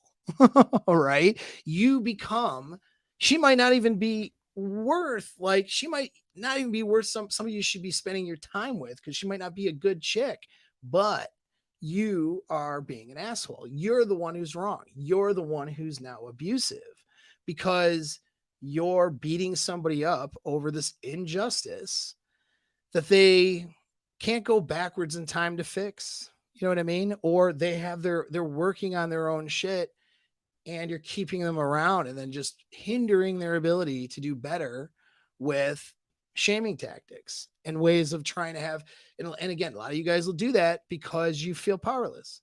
You don't think you have power in the sexual marketplace. You don't think you have power to get somebody better. You don't think you have power to keep this girl in your frame. And so what you end up doing is you end up taking a big dump on her all the time in order to, try to feel better and feel like you have a sense of power in their relationship. And also to feel some sort of justice, like justice is going to be served. Justice will never be served. There is no justice. Unfairness happens. That's it. And the people who are successful are the people who can let that shit go.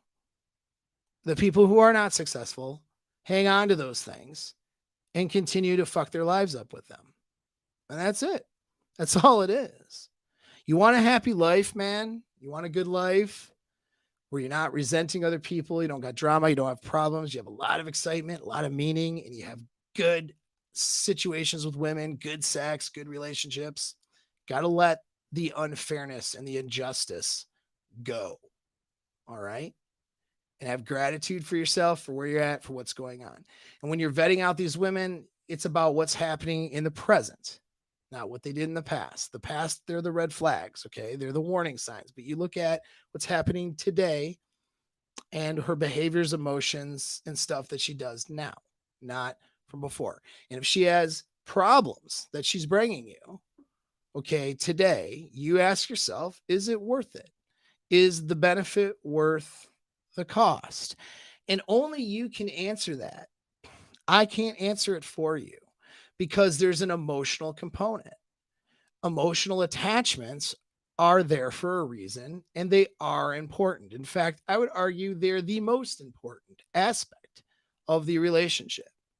Whether or not a person benefits you on a checklist of good qualities versus bad qualities or costs, things that's just going to cost you basically in terms of your time, energy, effort, and emotional stability versus the benefits you get, that cost benefit analysis in that sense, the most important thing in that analysis is your emotional attachment.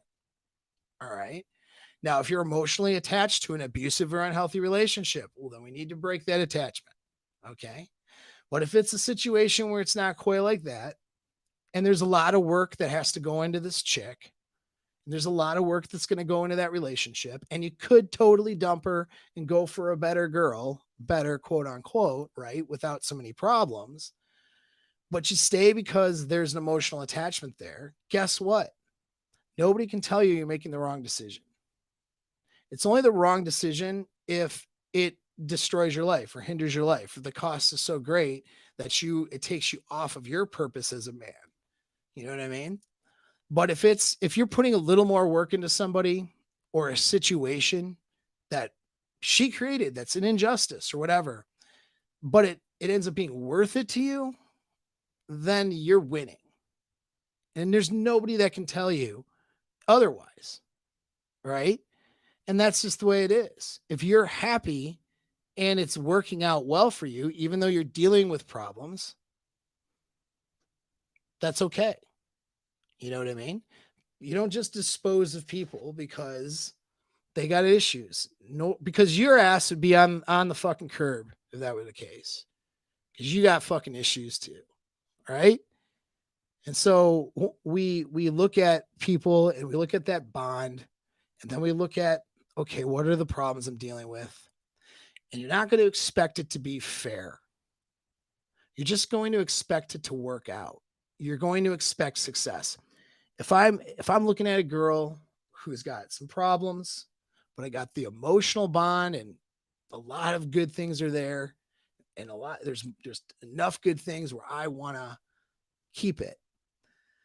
Then it's a question of these issues, can they be resolved, or am I going to be stuck with these issues for the rest of my life?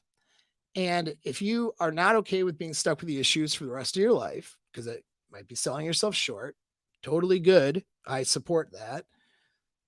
And she can't fix those issues, that's when you let her go. Right? Like if the way the relationship is with her problems isn't the way you want it long term, and if she's either able to fix those problems and she's willing to, or she's not able to and she's not willing to, that's when you leave. When she's not willing, she's not able to, she just isn't capable, whatever. You have the emotional attachment, but this shit isn't going to work for you long term, right? That's when you go. Okay. That's when you drop her off at the curb, right? That's when you discard. It's not a checklist where the emotional attachment, the bonding, the pair bonding is absent from that list, because that's a huge mistake if you're discounting that. All right. You'll lose a lot of opportunities of real solid happiness. And so those are some of your guidelines there. I know it's a little cerebral, but understanding that you're not just right. You're considering the emotional aspect of this. You're considering the attachment, and the attachment, I would argue, is actually the most important thing that you're going to consider. It's not the only thing, but it is the most important thing. All right.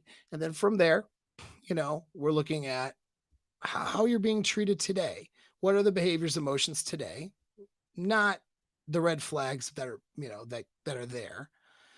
Those things are just warning signs in the beginning. In the beginning of a relationship, the red flags are there to warn you of stuff. Several months into the relationship, they don't matter. What matters is the exchange you're having with her. And if it's good and things are going well, and admit it, that red flag is not a negative effect or a net negative in your life and in your relationship, then you're fine. Right. So that's what you need to be looking at. So then that brings us back to your standards and not compromising. All right. So when you have your standards really figured out, and they're not these stupid things that someone in a manosphere told you that you should have for a standard, but they're actually the things that you know in your life that are going to make you happy, and how a woman has to show up in your life in a way that's going to make you have the life that you want. That's your standards. When it comes down to those things, we could say not even call them standards, just call them expectations. When you get into a relationship with somebody, there's certain expectations that are there, right? Maybe expecting her not to run off and bang a bunch of dudes, right? That's an expectation. Like, you should have these expectations. It's okay to have expectations, of course. But when you look at what your expectations are or what you actually want, they're not that much. It's not hard.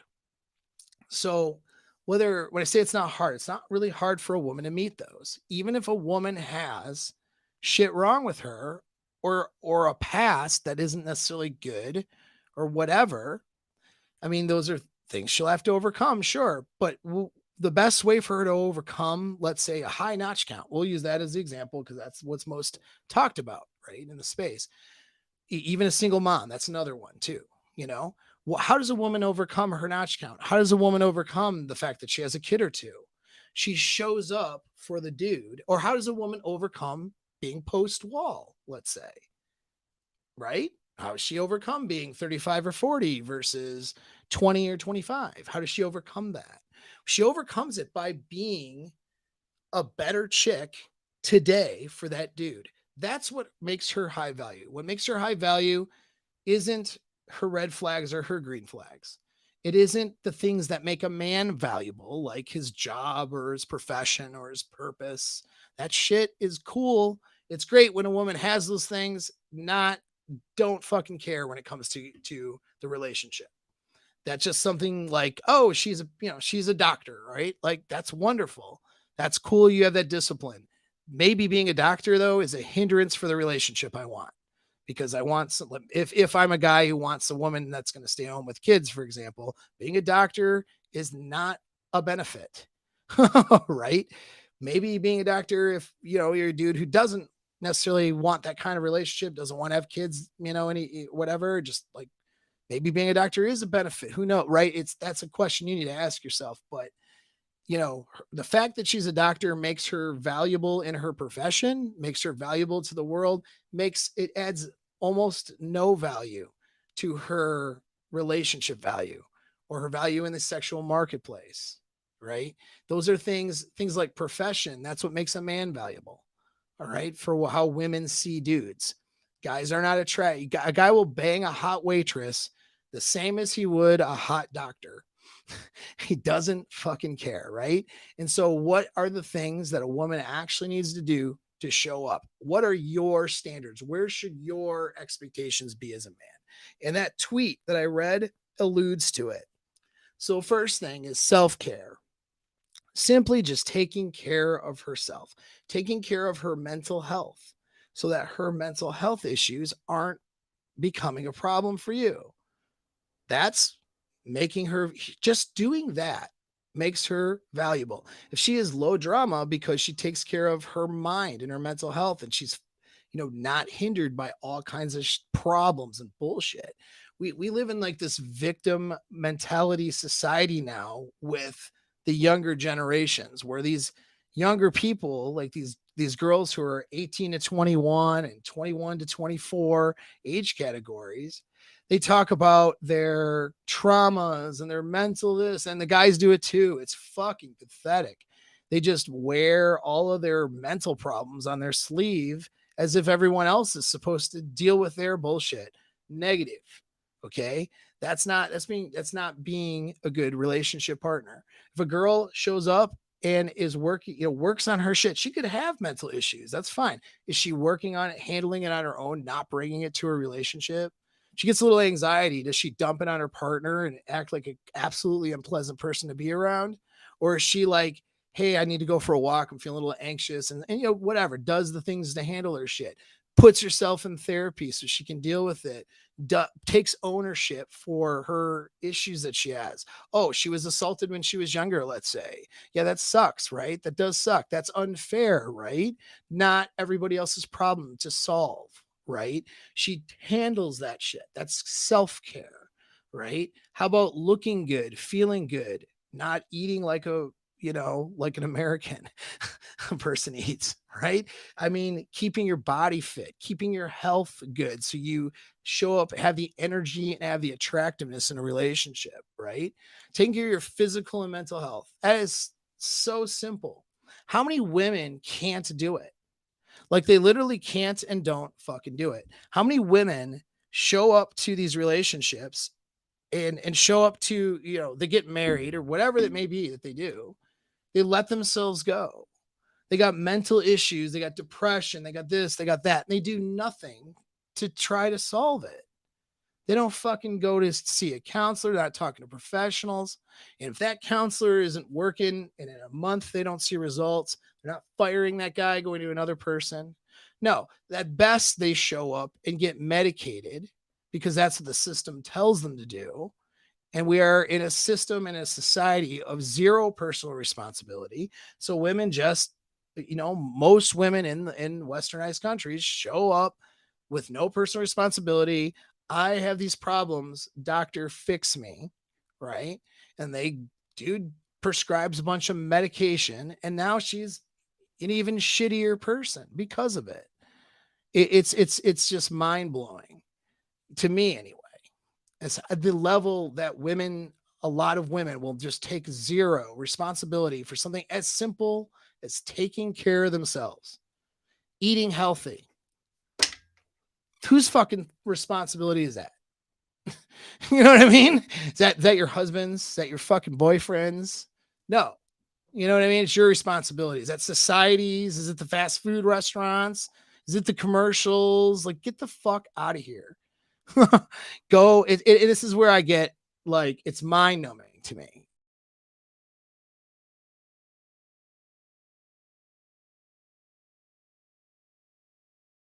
Like, women are showing up not taking care of themselves. The simplest bit of self-care that they need to do to be attractive and to be fun and pleasant to be around, they don't fucking do that. That's like asking too much. It's not fucking asking too much. All right, it's not asking too much. And if a woman wants these women that you're seeing and dating want a man who has mental stability and has his shit together, right? Then they need to do that too, right? I mean, it makes sense, right? And has that mental stability, emotional stability, and physical attractiveness. If these women want a guy that's physically attractive or a guy that has a ton of money, ton of resources, a ton of value, whatever, make yourself fucking look good. Do what it takes. Don't be 40 years old and overweight and don't, your wardrobe sucks. Her wardrobe sucks. Her fucking presentation sucks. She's got, she feels bad about herself, which sucks, by the way, but then show up and bitch about men on her dates, bitch about her exes, bitch about how it's everyone else's problem. Like, fuck out of here. Get angry. The 35, 40-year-old that gets angry if a guy like me is seeing somebody in her 20s. How about just be, almost every time that I get like a negative comment about a dude who's in his 30s or 40s or even 50s seeing a younger girl, it's from a post-wall woman who's let herself go. Almost every time you physically can see the problem. And I'm not trying to shit all over an individual. There's women out there who got a lot of fucking, I have compassion for it. They got a lot of issues around weight, around food, stuff like that. And I have compassion for that. I'm not pointing at this individual and shaming them, but it isn't those problems isn't anybody else's fault or isn't anybody else's responsibility to fix. And there may be injustices that caused these things and these women. Nobody gives a shit. It doesn't matter. It's up to you to fix it. That's just list thing number one on the list, right? Self-care. Fucking women, a lot of women can't do it. And they show up in your relationships. You guys are in marriages or relationships with these women who are 30 pounds overweight and you're trying to like, how do I motivate her to go to the fucking gym? Are you fucking shitting me? Like, I mean, I'll teach you the techniques. I'll show you what to do. You know, the game, the parts of leadership and the communication skills to communicate in a healthy way, but also fuck that. Like that's bunch of bullshit to not take care of yourself. And if you're not taking care of yourself, that's a problem. If she's not taking care of yourself, that's a problem. That's basics. But as far as value in a relationship, what makes a woman high value? We'll start with self-care. If she's taking care of her mental, emotional, and physical health, she is already now like in the top 20%. Seriously. If she looks good and is mentally healthy, shit, she's probably in the top 5%. You know what I mean? Because that, and it's so, we make it so complicated. It is not complicated. And you guys accept it. You guys accept these women that like are not doing the basics of self-care, and you let it happen. And then she gets mad at you and she gets shitty with you over it. And you're like, I don't know what to do about it. Well, you can't accept that. You can't have that. That's a standard you cannot compromise on, period. You know? And I have compassion for those who struggle with this stuff, but it's still your responsibility. It's nobody else's. And as a man, your standard needs to be, you know, to take care of yourself. You shouldn't have to manage that shit. She should manage her own self-care. And as a woman, women who like are like, well, what do I need to do to be high value? I can't change parts of myself. I can't change my past. No, but you can take care of yourself. You just made yourself in the top, like probably 10%, 15% of women just by taking care of yourself, just by looking good and being mentally healthy. Those two things. If you're not mentally healthy, I'm sorry. First of all, that sucks. You know, I do have compassion for it once again, but it's not your husband's, boyfriend's, whoever responsibility to fix it. That is your responsibility to fix it. And it's not your doctor's responsibility to fix it either. Okay. It's not even your therapist's responsibility to fix it. It's not my responsibility if you've hired me. My responsibility is to help you fix your own shit. Same with any therapist. All right. Even a doctor, if you have an injury, it's up to you to take responsibility for your body. That doctor can help you. All right. And so that's number one thing, dude, like seriously. And then we, you know, guys are constantly lowering their standards about something as simple as taking care of yourself. Look, if she can't take care of herself, she's not going to be a pleasant person to be in a relationship with. Now, I'm not saying run out and divorce your wives today, okay? Because she's not taking care of herself. But again, she needs to be, it can't be allowed to continue or tolerate, right? She needs to be like demonstrate that she's willing to make those changes and demonstrate that it's a real problem, her lack of self-care, and then start working to fix that problem. Okay. I don't care what it is. You know what I mean? And so that's number one thing. All right. Otherwise, you know, you're just not going to have a healthy relationship. She's not going to have a happy one. You're not going to have one, period. She doesn't take care of herself. Now let's number two is sex on your terms. All right. If she's not regularly having sex with you and excited about it and doing it the way that you want to, if you're not satisfying her and making her happy sexually, if she's not satisfying you sexually, and if it's never going to get there, then the relationship is never going to work out. That's the way it goes. But women have a responsibility, though, to be invested in that, just like you guys have that responsibility. But I don't usually run into guys who are like, you know what? I'm just going to like nut and be out. I don't care, whatever, you know, or, you know, I'm not interested in having sex with anybody, my wife. Like, I'm just going to, you know, I'm just going to sit here and be sexless. That's cool. That does exist, by the way. I know it. Those guys are never coming to me for help though. Right.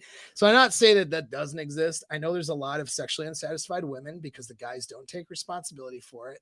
They're the ones who are capping. They're the ones who are ego protecting. I know that it exists. I totally get that, you know, and there's guys who hinder their own abilities to improve their bedroom skills because of their egos. That's more common than anything else. I know that that's real. But usually a guy wants to please his chick and wants to do better, and he's invested in that. Usually. Where I see the lack of investment happening is from the women. They just think that if they don't feel up to it, they shouldn't have sex with the person, and that's it. That the sexual relationship should be a slave to what her erratic ass emotions are like. No, I'm sorry. That's like saying that would be like saying that you as a dude can only eat food when she feels hungry. All right. That's bullshit. If you're in a relationship and she expects sexual commitment from you, whatever that degree of commitment is, then she has to be willing to, and not just willing to like some sort of weird sex slave, but she needs to be excited and happy and enthusiastic about serving your needs. You know what I mean? If she's got, let's say, her stomach's bothering her and she's feeling hormonal, if she's not going down to make you happy and feeling good about it herself, what the fuck is she doing? What is she doing? That's not a hard. That's not a hard thing. That's not difficult. You know what I mean? Some women act like they're abuse victims because they have to please their man sexually. Like, oh man, I have to go down on him, cry. Like, what the hell are we doing here? You know what I mean? If that's your chick's reaction, like, I don't know. I could never put up with that. I won't put up with that. I couldn't imagine that. Well, like, I could imagine that actually. And yeah, just like that's something I would never waste my time. Like that's it's incredibly degrading to you as a man to have a woman that is not interested in pleasing you sexually. Like insanity. That's not a hard standard. That's not hard, dude. Like that's not hard. Almost all you guys would have sex anytime your woman asked. If she woke you up in the middle of the night, you would be going for it. Most of you guys, maybe not all of you, most of you, within reason. And if you like were fatigued and whatever, and you're your guy downstairs wasn't wanting to participate that day, let's say you're not getting it quite up, right? A lot of you dudes would be like, cool, I have a mouth and 2 hands and a foot. All right, foot's a little much, but you get what I'm saying? Like, you're not gonna not try to please your chick. Most of you dudes, right? It's like insane to me that a woman would be like, yeah, I don't care that I don't care that he hasn't had his balls drained in like 2 weeks here, and he's initiating. I don't feel like it.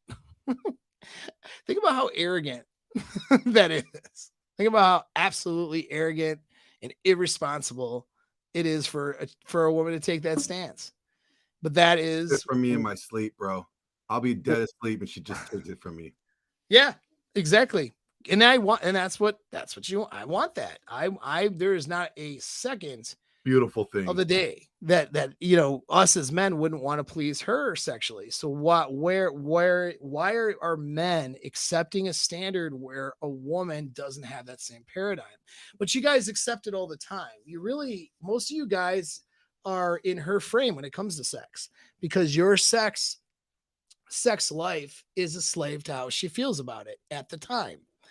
Well, here's the problem with that. She's not going to be in the mood as often as you are, because it's hormones and certain aspects that create that mood. Not only that, it's the way that female, this is a whole episode, like a whole separate episode that I'm talking about here. So I'm going to try to summarize it on the science level here, but female attraction is receptive, right? Where guys have more testosterone. So we're more active. We go get the sex, they receive the sex. And so when women get horny for all the time and for everything, but they're not proactively horny other than during certain times of the month, usually. Or if there's a pragmatic reason, like trying to have sex, trying to get the new guy, right? And so like in the relationship where she's got relationship security, her desire and needs for sex, where she's going to go off and want to get that sex and is really thinking about sex all the time, is usually during ovulation. That's when a lot of women get very insatiable. Like there's this myth that women aren't as horny as guys. Well, women can be more horny than guys during certain times of the month, right? Depending on their hormones, when they get that spike of, estrogen and testosterone, that causes them to have that, to want to bang Chad, and hopefully you're the Chad in her life, right? And so we know that about women, but we can't be a slave to their ovulatory shift. That's not how you run a relationship. And the reality is even if she's not in the mood, the outcomes of sex is should be good. You know what I mean? It's like pizza, right? There's no bad pizza kind of thing. If she doesn't have emotional or mental hangups, if there's not, like, if you're not really terrible at it, all right, if you're not good at the sexual encounter, if you're not good at actually making her feel good, well, then she's not going to get anything out of it, right? If she's got hangups and stuff surrounding it, then she's not going to get anything out of it. But if she doesn't have hangups and you know how to make her feel good, like the sex that you guys have is like good when she's in the mood, then guess what? The sex that you guys have when she's not in the mood is still going to be good. All right. And that needs to be a focal point of your relationship. Sex is something that you do to solve a lot of problems in a relationship, and that needs to be your framework. If you guys are angry, go have sex. You'll stop fighting probably and have a different mental framework. She's upset, you're upset, go have sex. She's happy, you're happy, go have sex. She's horny, go have sex. You're feeling dull, bored, tired, depressed, go have sex. I'm being serious. Sex releases a bunch of happy chemicals, and it also brings you two together, bonds you together. So sex should be something that, that she's very interested in and that you guys are doing on a frequent basis, whatever frequent means to you as the guy and as the girl that, that you're both satisfied with, right? Whatever frequency you and your partner are, we'll say saturated with, not just satisfied, like saturated. Like if I have any more sex, that's too much sex. That's where you want to be. Okay. And if you're not there, that's a problem. My opinion. That's something that needs to be worked on or improved on. But so many women run sex on their terms and you guys allow it. What makes a woman high value? She takes care of herself and she drains his balls, bangs him, has good time in the bedroom for herself and for him. She desires him sexually and she does it on a regular, rather constant basis. Those two things right there. So much. Why do guys go for BPD toxic type women, right? That or narcissist type women, who aren't working on their shit and like who actually end up abusing them in the end of the relationship. Why do guys go for those women and like go crazy over them? Because they take care of themselves, at least physically, usually, in those cases, and they usually bomb them with a bunch of sex, right? And they feel like I can't have this kind of sex with a healthy woman, which is absolute bullshit. That's your limiting beliefs. Well, don't move in with a girl because the sex will go down. Are you kidding me? Why? That's your limit. That's your limiting beliefs, man. It doesn't have to happen that way. Trust me, I know. When your game and your frame is right, that's not how it goes. Don't get in a relationship because, don't marry her because this, the sex will dry up. Like maybe for you, doesn't have to go that way, man. It really doesn't. And as far as picking a high value woman, if she's a woman that prioritizes sex in the way that I'm describing here, she instantly makes herself more valuable. It actually doesn't matter what her red flags are. This has nothing to do with red flags. Simply being willing, able, and enthusiastic to be your sex partner because she sees you as a guy she desires and wanting to be a part of that. That right there, and showing that, demonstrating that with her behavior, her actions, her emotional attachment, that right there brings her value up tremendously. And you guys compromise that value all the time with, well, she doesn't have this red flag. Okay, but she doesn't have sex with you the way you want. What the fuck are you doing? You know what I'm saying? And so why? So stop it. All right. So those are two things. Number 3, respect. Okay.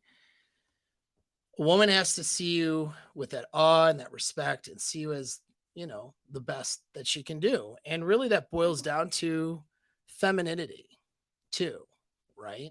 So women disrespect their man, they disrespect them, and in order to have power over them, in order to try to manipulate them, have power over them, to feel like they have more power in a relationship.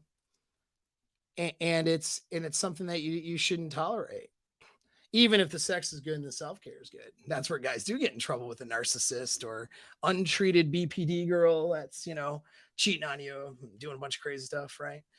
Yeah. It's like the respect, you know what I mean? If it's not there, she can't love you. And even if she shows disrespect and does love you, it's the act of not loving you that she's practicing. And so then that will erode away the bond. You know what I mean? And you guys will tolerate disrespect. You guys will tolerate public disrespect. You guys will tolerate her doing certain things you won't, and you'll get upset about it, you get mad about it, but you won't have any consequences for it. And a lot of you guys assume that a certain level of disrespect is par for the course in these relationships. A lot of you guys find yourself in these relationships where, you know, let's take a hot 23-year-old, okay? But she's doing none of the self-care because she's drinking her face off. Like, she's only hot because she's young, right? She's drinking her face off and abusing her body, being an idiot. And then, she says sex with you on her terms, but not on yours. Doesn't you being in the mood, that doesn't matter to her. It's really about whether she's in the mood or not. And what she does in the bedroom is willing to explore is all about her, not about, there's nothing about you. You know what I mean? And then she's disrespectful to you. But because she's 23 and cute, you guys will keep that shit around. What the fuck's wrong with you? Why are you doing that? Stop it. You know what I mean? And then the woman who's like, let's say 33, goes, how can I compete with that 23-year-old?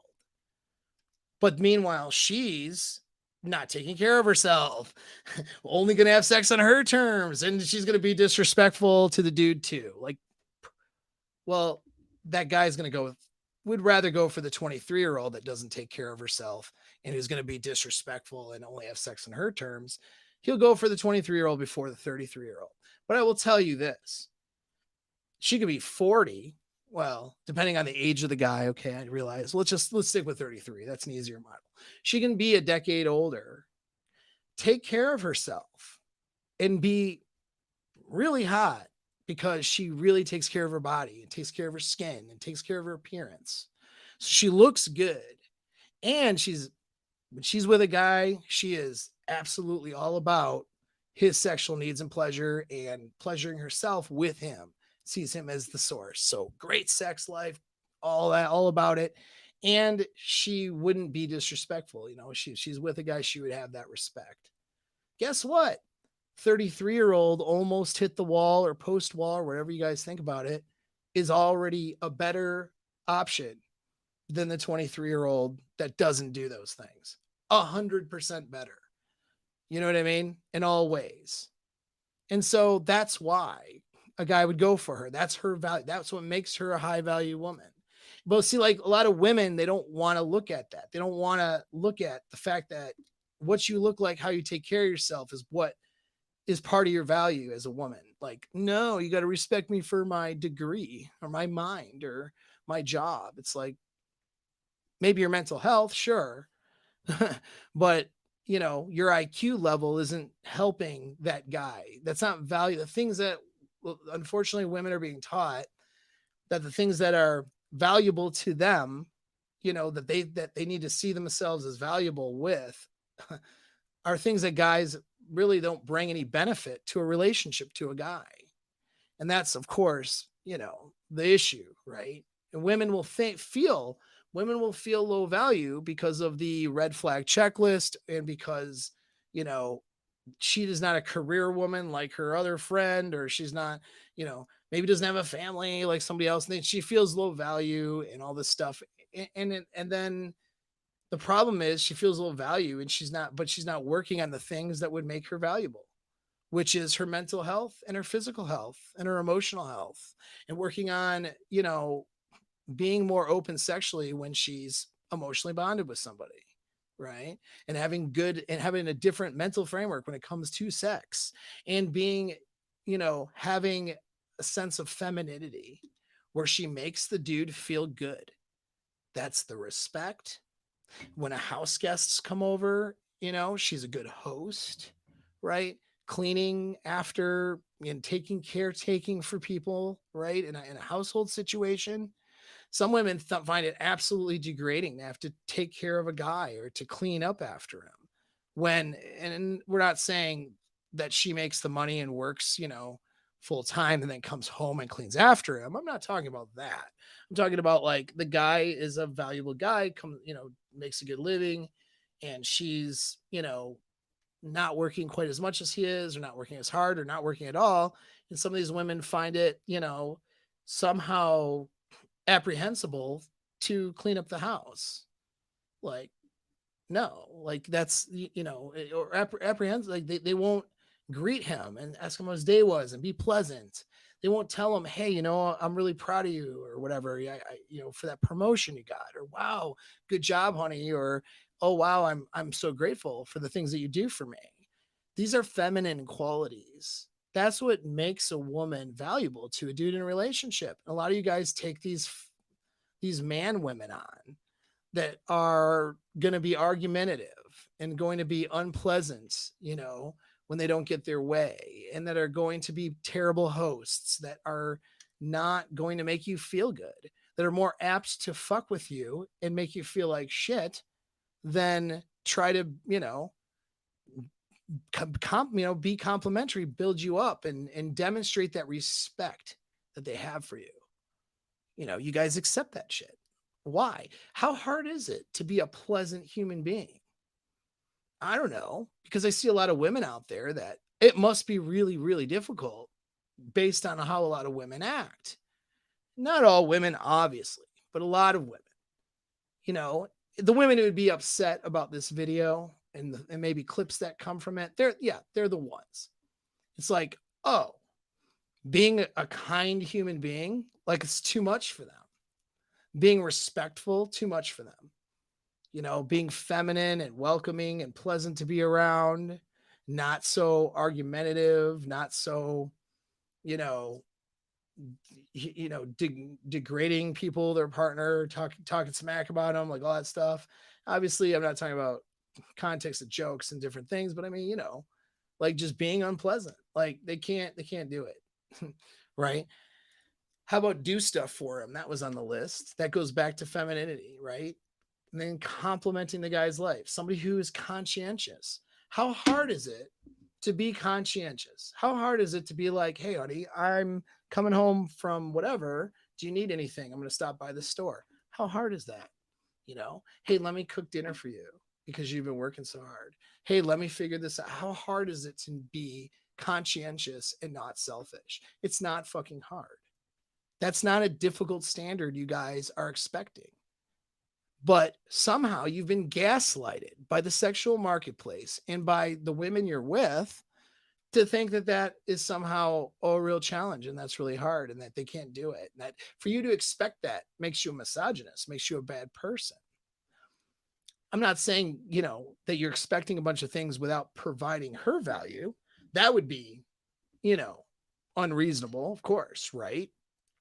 But no, if assuming you're doing the right things as a guy and you provide value, you need to be with somebody who is interested in providing value also. And so many people are just takers and they take value. That's men and women. And so many women, that you're in relationships with or dating or seeing, they just they take value from you and they don't really give value back. They open their legs for you every now and then and they orbit around you, but they're not really doing shit for you. That's a problem, right? A woman wants to make herself valuable, be the kind of person that would do shit for him, that would compliment him, right? Is that hard? Is that hard being conscientious? Is that hard doing some things for people? As far as I know, there's a lot of expectations for men to do things for women, and there's nothing wrong with that. They should. You should be doing things for her too. Why are you guys not doing things for each other? Just because, you're in a relationship with each other. And that's what you do. See, to not have that mindset and have to be told to do that and to be keeping score, to be measuring up, or to find it degrading to do things for a guy or to make a guy happy, that's that bullshit. That's that narrative that a lot of women have. And it's stupid. And all a woman has to do is show up and have the value of being conscientious. And it's like all of a sudden her value is that much higher. Oh my gosh. If you got a woman who takes care of herself, her mental and physical health, like wants to have sex all the time and is super excited to have sex with you, is respectful and feminine and makes you feel good and is conscientious and wants to like do things to take care of you, that's marriage material. Doesn't matter what her body count is at that point. No. Doesn't matter whether she, did this thing in her past or that thing in the past, or whether, you know what I mean? Like maybe she has some issues or problems, but that she's had to deal with. But if she shows up and she's those things, right? Now, the problem is, of course, things like body count, things like partying behavior when she was younger, and things like some of the red flags, they are a sign that she won't do these things. That's the problem, right? Is the red flags are signs or indicators that she's not going to be capable of doing the things I'm mentioning. But if she's capable of doing the things I'm mentioning and doing them, she's a valuable woman, even if she made mistakes. Okay. Just like you guys can make mistakes too, and then make yourself into somebody valuable. And so women do have a harder time with it because of time, and which is meaning like time is not on a woman's side when it comes to her beauty, and beauty weighs a lot more into how a man is going to perceive her and value her. I mean, that's just the reality. That's an unfairness, okay, that that getting hung up on isn't going to help. But that unfairness does exist, and that's just the way it is. But if she self-cares and makes herself as best as she can, plus has all these other traits, there's no reason she can't be successful, right? It's the women, a lot of these women though, because it's just a lot of these women just don't do these things. And they expect you guys to put up with it. And then you guys do put up with it. That's the problem, right? Last thing to mention is not hindering, not being a cost. So she does all these things, right? But how much is that going to cost you? Is she a big hindrance in your life? Does she, is she like creating drama, creating problems for you all the time, where you have to, it sucks your time, your energy, all the stuff? Does she have a ton of demands on you that pull you away from your purpose and end up eating away at your mental and emotional resources and even your money resources and other things? Is she just absolutely sucking away your resources? That's hindrance. Creating drama, that's a simple thing. Why so many women are just creating fucking arguments all over the place? How about stop doing that? That's not making a girl valuable. You know what I mean? And they're creating problems where there's no problems. We're not talking about where there's a legitimate problem that needs to be addressed. We're talking about, and even if that's the way that they'll rationalize it, oh, this is really a problem. All right, well, why are you bringing it at the wrong time, in the wrong place, and in the wrong way? Woman has a problem and she's bringing it to the dude when he's trying to get some shit done, when he's, distracted, rightfully so, working on what he needs to work on or doing something, or in a public place or whatever. Brings it up the wrong time, brings it up when the dude is not in a good mental state, doesn't do it in the right way, doesn't know how to have a good adult conversation about problems. And then she wonders why they argue or why shit falls apart or whatever. And, then the guy's having to do all the techniques. You guys are like, oh, I got to soft next her and I got to, use Luca, which of course use Luca, use those things. But it's like, pick a woman that doesn't force you to have to do that every fucking day. You know what I mean? Like, oh, you get mad or you get upset, or she says you get angry at me, or you say things that are hurtful or whatever, when she's doing like a whole bunch of things to cause you to say things, right? Like, maybe you need to work on not saying certain things that might, not be productive, right? Or whatever. Maybe you could work on your game in that regards. Well, why is she creating problems to begin with? That's a common thing, actually, to try to get power in a relationship. It's a common manipulation tactic where she will create a problem and she will do something that is disrespectful or disregarding or frustrating, knowing goddamn well she's doing it, to create a scenario where you get angry or upset or you blow up or you go whatever. And then she acts like the victim. I can never do anything right and you are abusing me. Really? Is he abused? Are you being abused? No, you're fucking not being abused. You're creating problems out of nowhere, knowing that the dude's reaction is not going to be favorable. That's not abuse. Assuming he's not overreacting so badly, he's hitting her just like, um, super verbally abusive. I mean, we're not talking about that, right? But she'll use that, she'll create a scenario where you might not react in the 100% most perfect way and then blame you. What? Well, that's not being a good partner, is it? That's not being somebody who doesn't hinder your life. That is being a person who is toxic as fuck. And you guys put up with that shit. And hey, girls have these bad patterns. I'm not saying, dump them immediately, but don't get into commitments when you see them and recognize what they are and give them opportunities to change. But if they're not going to change and not willing, and you're doing all of the right things and the right game and you're handling her in the best way possible and you're giving her the opportunity to fix some of the things she's dealing with, and also giving her good support to do it, giving her love and respect and creating a good environment for her to fix things. And then she's not moving anywhere towards fixing it. That's not a commitment you need to be in. You know what I mean? That's not somebody you need to move from the dating phase to commitment or marriage or any of that stuff. When there are problems when a girl moves in with a guy, or there are problems when a girl is a single mom, the problems only exist because she's not doing the things I just listed. That's why. And that guy maybe isn't knowing how to lead in that direction or be the kind of guy that she would do those things with, right? So there's responsibility on both sides, but either way, when she's not a good woman because of this red flag, it's not the flag. It's these things I mentioned that she's not doing. And the flag was just an indicator that she's not going to do the things I'm mentioning, right? Or that she'll stop doing them after a point. And so that's what it is. And so my male listeners, which is most of you guys, what I want you to take away from this is do not put up with, first of all, two things. One is know what your standards need to be, and don't get caught up in like manosphere junk, right? Just junk topics that don't do anything to help you. And where you're in this process of just judging and women and getting your anxiety up because of this thing or that thing or whatever, this injustice or that injustice.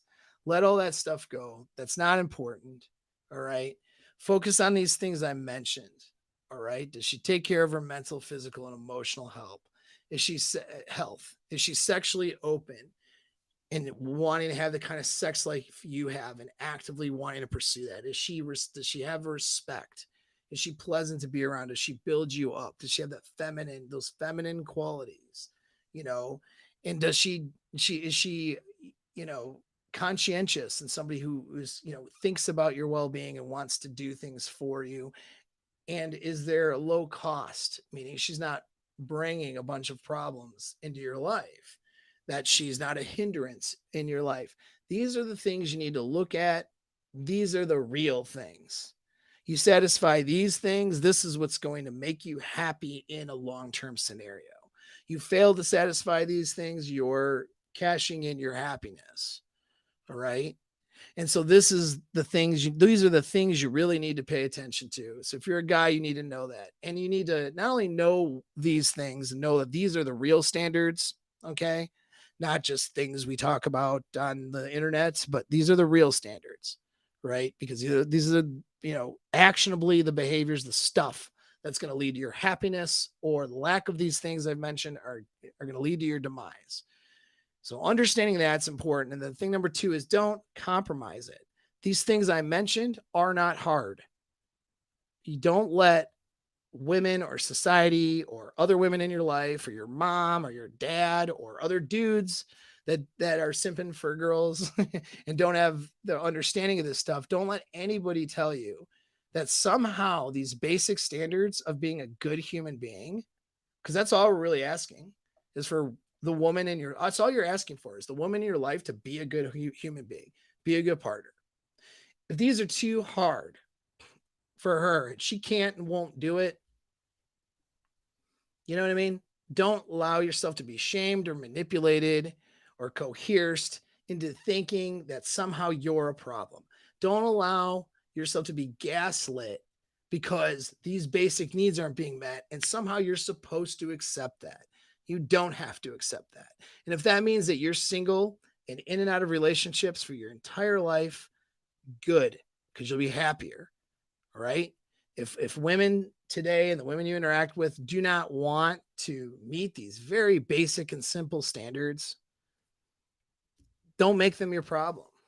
You know what I mean? And so those are the things I want you to really get. And for some of my female listeners, because I do have quite a few, that's your list, man. Don't complicate it. You do the things I mentioned, all of the things that you're worried about, all of the things that you've done in the past that aren't good, all the things that you're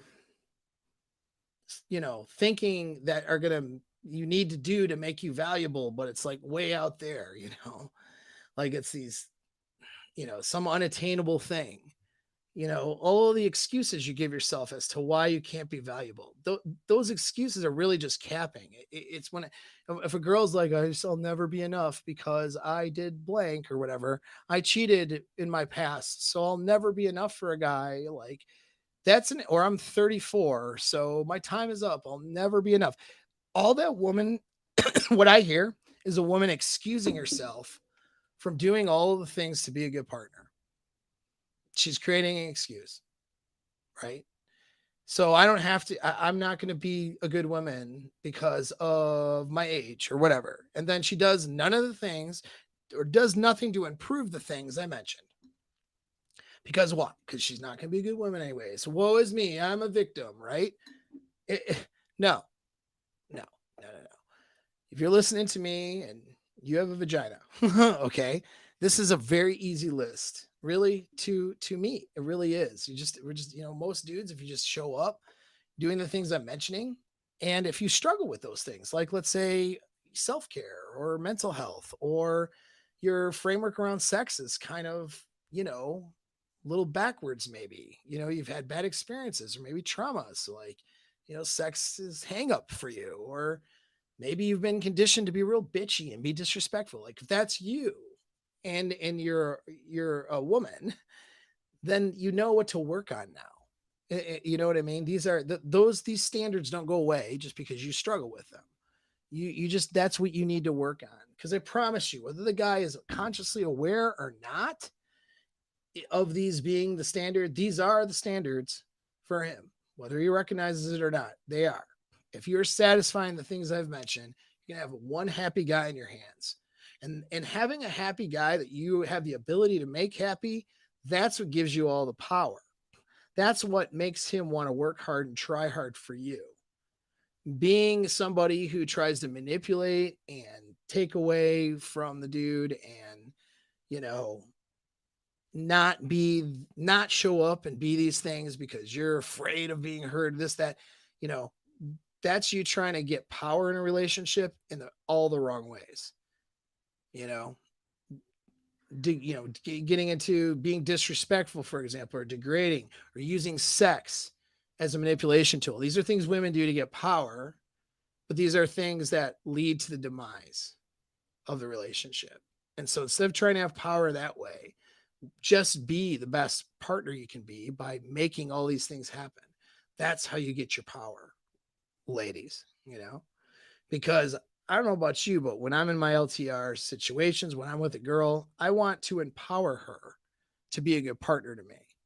I don't want to strip her down and make her not a good partner, not, someone who's not a good person so that I can control her. That's a thing that guys do too, to be controlling, is they try to strip a girl down. I don't want to degrade a girl. I don't want to strip her down. I want to build her up so that she has self-confidence, and that she has the self-confidence to do all the things that make her very valuable. Because if she does those things, then she will feel good about herself. You know what I mean? And she'll feel valuable, and she'll be bringing that value to me, which will bring her a lot of power. I'm going to care about a girl's opinion more. I'm going to care about a girl's well-being if she's doing all these things. Any one of you guys would. When a girl tries to manipulate and move up, this is how they end up single. This is how they end up alpha widowed. This is how they end up crying off on, some place talking about how, they're the victim. That's how they end up that way. When they don't do this shit for too long, and they end up getting hitting the curb. So that's it. That's what we got. So that's the show, more or less, unless we got some, we can do some any chats or last minute comments there, Glenn. Sir. So here we go. Better Days says, sorry, mate. It was a bar girl. I did the hand touching, etc. Direct eye contact. No date has occurred. Powerful talk today, though. Thanks. Yeah, she just doesn't like you, man. That's okay. You just move on to the next one. No big deal. Better Days asked another question. Like, what do you think Charles Manson was doing to build his group? RJC's Hugh Hefner, early days felt like a two-man in a relationship. Mm-hmm. Or second man in the relationship. I don't know. What does he mean by second man in the relationship? Says RJC's Hugh Hefner's early days felt like a second man in a relationship. Yeah, I don't know what that means. But yeah, do you know what that means? I'm confused. Like, I don't understand the whole Charles Manson thing. Okay, I'm not the only one. And then Hugh Hefner, I'm confused. But yeah. Better Days, if you could clarify, please. Just, you don't even have to send in a super chat. Just send it in the chat, and I will try to get that answered for you. Yeah. Just throw another chat. I can answer the. Well, go ahead. We'll see if he explains more. I'll go to the next question. Cano Fokker Star. He says, the one I'm dating shows up in all the right ways you mentioned. And you know what her best compliment has been? I love your leadership. Green flag, in my opinion. We got a winner here, folks. We got a winner. There we go. Hey, what you have there, friend, is a high value woman. Okay, that's what a high value woman looks like, because she's high. And here's the thing, she's high value to you. Doesn't matter if I want to have sex with her, or your friends do, or the internet does, and whatever, right? Doesn't matter if other people think she's cool or not cool. What matters is that you see her value and you think she's valuable. And what makes that happen is she does all the things that I've talked about, as you mentioned. And what happens when she does those things? She falls into your leadership, because in order to do those things, there's an element of surrender. She gives up her need to try to control and have power. You guys got to understand the dynamic, right? Most women today are raised to not trust men, and masculinity is demonized. So they approach the sexual marketplace in a way where they're trying to control things. How do they try to control things? By giving or removing the things that would make them valuable to a guy. So the self-care goes after the marriage vows are said, right? For example, and then the guy gets blamed for it because he's not doing enough to make her less stressed and so she can have more time to then, not eat too much food and to start working out, right? Whatever, right? For example, what is that? That's a power play. She gets to make the guy do more for her so that she can take care of herself. And right, that's what happens there. The sex, right? We know women give or withdraw sex a lot of times, unless the frame is different, to have power over the guy. And that's the most powerful thing that works, unfortunately, because a lot of guys allow for that, put up with it. Being disrespectful or bitchy, or right, or being supportive or then not being supportive, withdrawing attention and not, all these things are done to manipulate. And they do this because they don't trust men.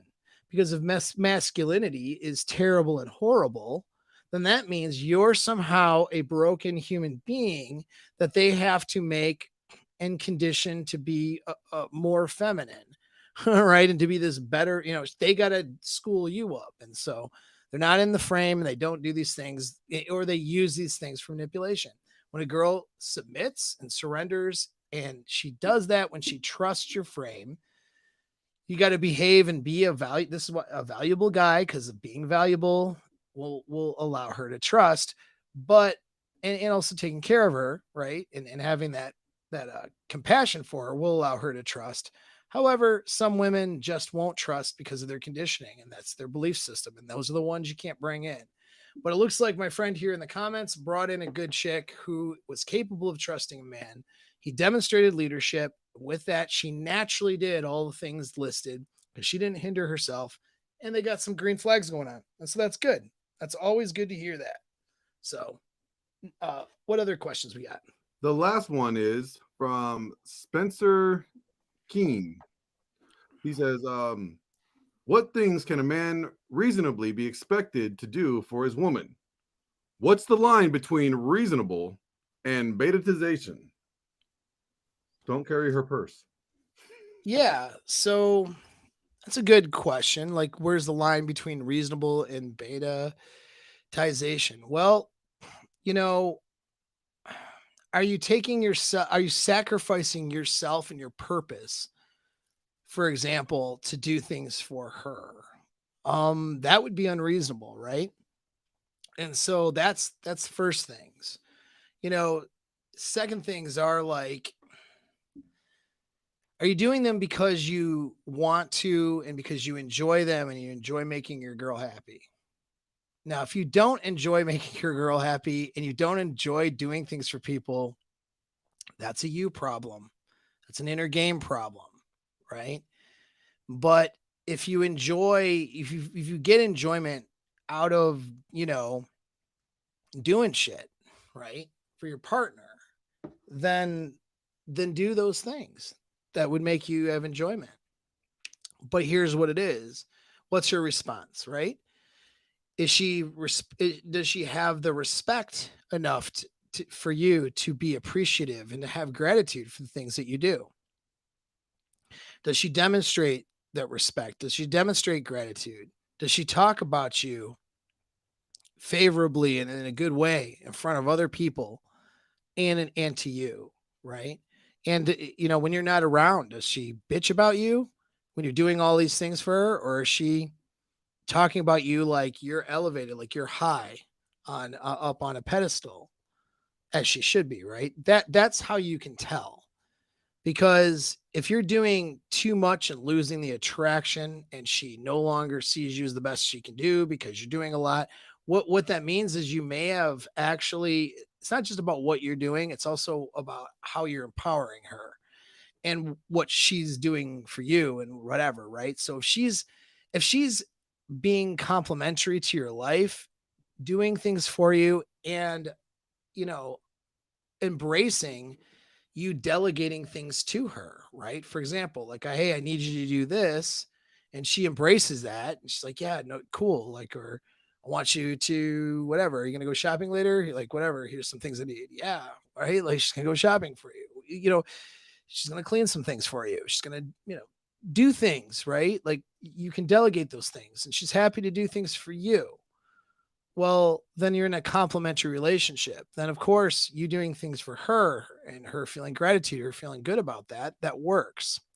Hypergamously, she's not going to lose respect and attraction for you if she's doing things for you, right? And she's trying to compliment you, make your life better. But see, a lot of guys who are really too nice and don't see their value, and this may or may not be you, what they do is they get stuck on, like, a girl will be like, hey, can I do something for you? And you'll be like, no, it's okay. I got it. Right.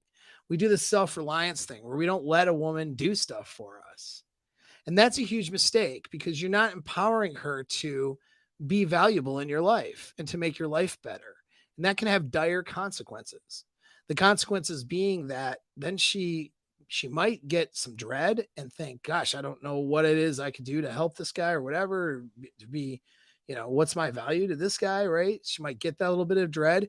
And then she might also look at it going, hey, wow, he's doing all this stuff for me, but he won't let me do anything for him. Gosh, maybe I am the better choice, right? So her chimpanzee brain starts to perceive herself as maybe the better choice in the mating marketplace. Women build attraction by doing things for you and by serving you.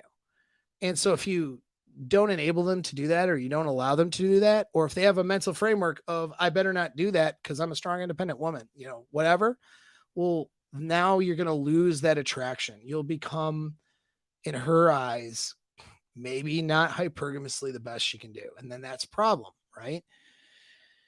But if she's doing all the things for you and you do things for her, that's how it should go. If she's grateful, and so you measure it based on the level of respect and how she treats you and how she talks about you. If she's grateful for the things, she's never showing entitlement and all that, and she's trying to do things for you, make your life better, and she talks about you, not just treats you to your face, but also talks about you, when you're not around, as if you're, this awesome dude, right? Who she looks up to, admires, and is in awe of, and is attracted to. If that's the framework, you're not doing too much. You keep doing things. In fact, if you didn't do stuff, right, that might be problematic too, because that might turn into a situation where she's seeing you as selfish and all that. And so, yeah, be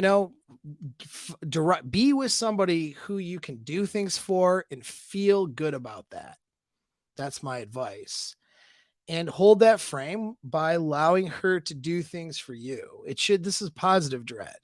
Positive dread is my explanation of what it is. This is my thing, but it's true. Positive dread is where two people are literally almost competing, but not competing, but almost competing to do and to be better for each other. You know what I mean? So you do something for her, she should feel like, holy shit, my guy is so awesome. I need to make sure I need to take care of him like this. I need to do this. And then, but it's not even like, it's not a transactional thing. It's like just emotionally, she feels like, oh man, he's such a great guy. I need to bring value to his life. She should strongly feel that way. You know what I mean? And that's how you know you're doing it right. You're doing it wrong is when you're doing a lot of things and she's showing less and less appreciation, not giving a shit, and, showing more disrespect, right? That's how you know it's going south. So that should be your measure. Hopefully that's a good answer to your question. To answer Betatization questions too about, how to like Hefner, what I recommend is click on the link for my mastermind group. I should be in the chat. Takes you to a sales page. I got a free video there on frame. That video on frame will tell you an overview explanation of how guys hold frame with these scenarios, whether it's Hugh Hefner, whether it's some cult leader, or whether it's a healthy relationship. Ironically, the frame items and skills and steps can be executed in a healthy way to have healthy relationships, or they could be executed in a bad, toxic way, like in the example of cults, right? Or abusive relationships. I'm not telling you guys, I definitely don't want any of you guys to execute these things in an abusive way. I'm making you aware of those things because those are things that guys might do some of those things. And I want to make you aware of it so you don't do those things, right? But there's a way to have frame, and having frame in your relationships is not abusive. It's not manipulative. There's nothing bad about that. So there's a line between having frame in leadership and manipulation, coercion, or deception. And you need to be on the line of leadership, right? And there's a difference between the two. And in the case of cult leaders like, you know, Charles Manson or whatever, and that situation, well, he was on the side of deception, manipulation, right? But the frame steps and the frame, things were all the same to get somebody emotionally bought in and dedicated and having all the, wanting to be there in this relationship with this guy. All the frame stuff is there. Okay. They just got executed in a very toxic way to certain women who were susceptible to that toxic way in which it was executed. All right. And so that's the difference. You don't want to do that, but you do want to do the good things, because you could, all of those things, those items, right? Those actionable steps and stages of frame, those are all things you do to have your girl's leadership and to run a happy, healthy, good relationship. And those are things that take some work and some time to develop. It's a year-long program with course material and Zoom calls to, and personal coaching for me to get a guy to have frame in his relationships and to use those actionable steps. That allows you to have that, that frame to the skill level of some of these guys who are toxic, but not in a toxic way, where you would do it in a way that's healthy. All right. So hopefully that helps you. So we good, Glenn? Go. We are good to go. That's it. All right. Man, that was another long show. Oh, yeah. Yeah. Ooh, holy shit. I'm telling you, you're competing for Rolo with these 3 hours. Fuck, dude. I need to stop doing 3 hours. It takes up so much time. And that's okay though. All right, guys. Until next time, stay tuned next Tuesday, noon Eastern time, 9 a.m. West Coast time. All right. Until then, peace.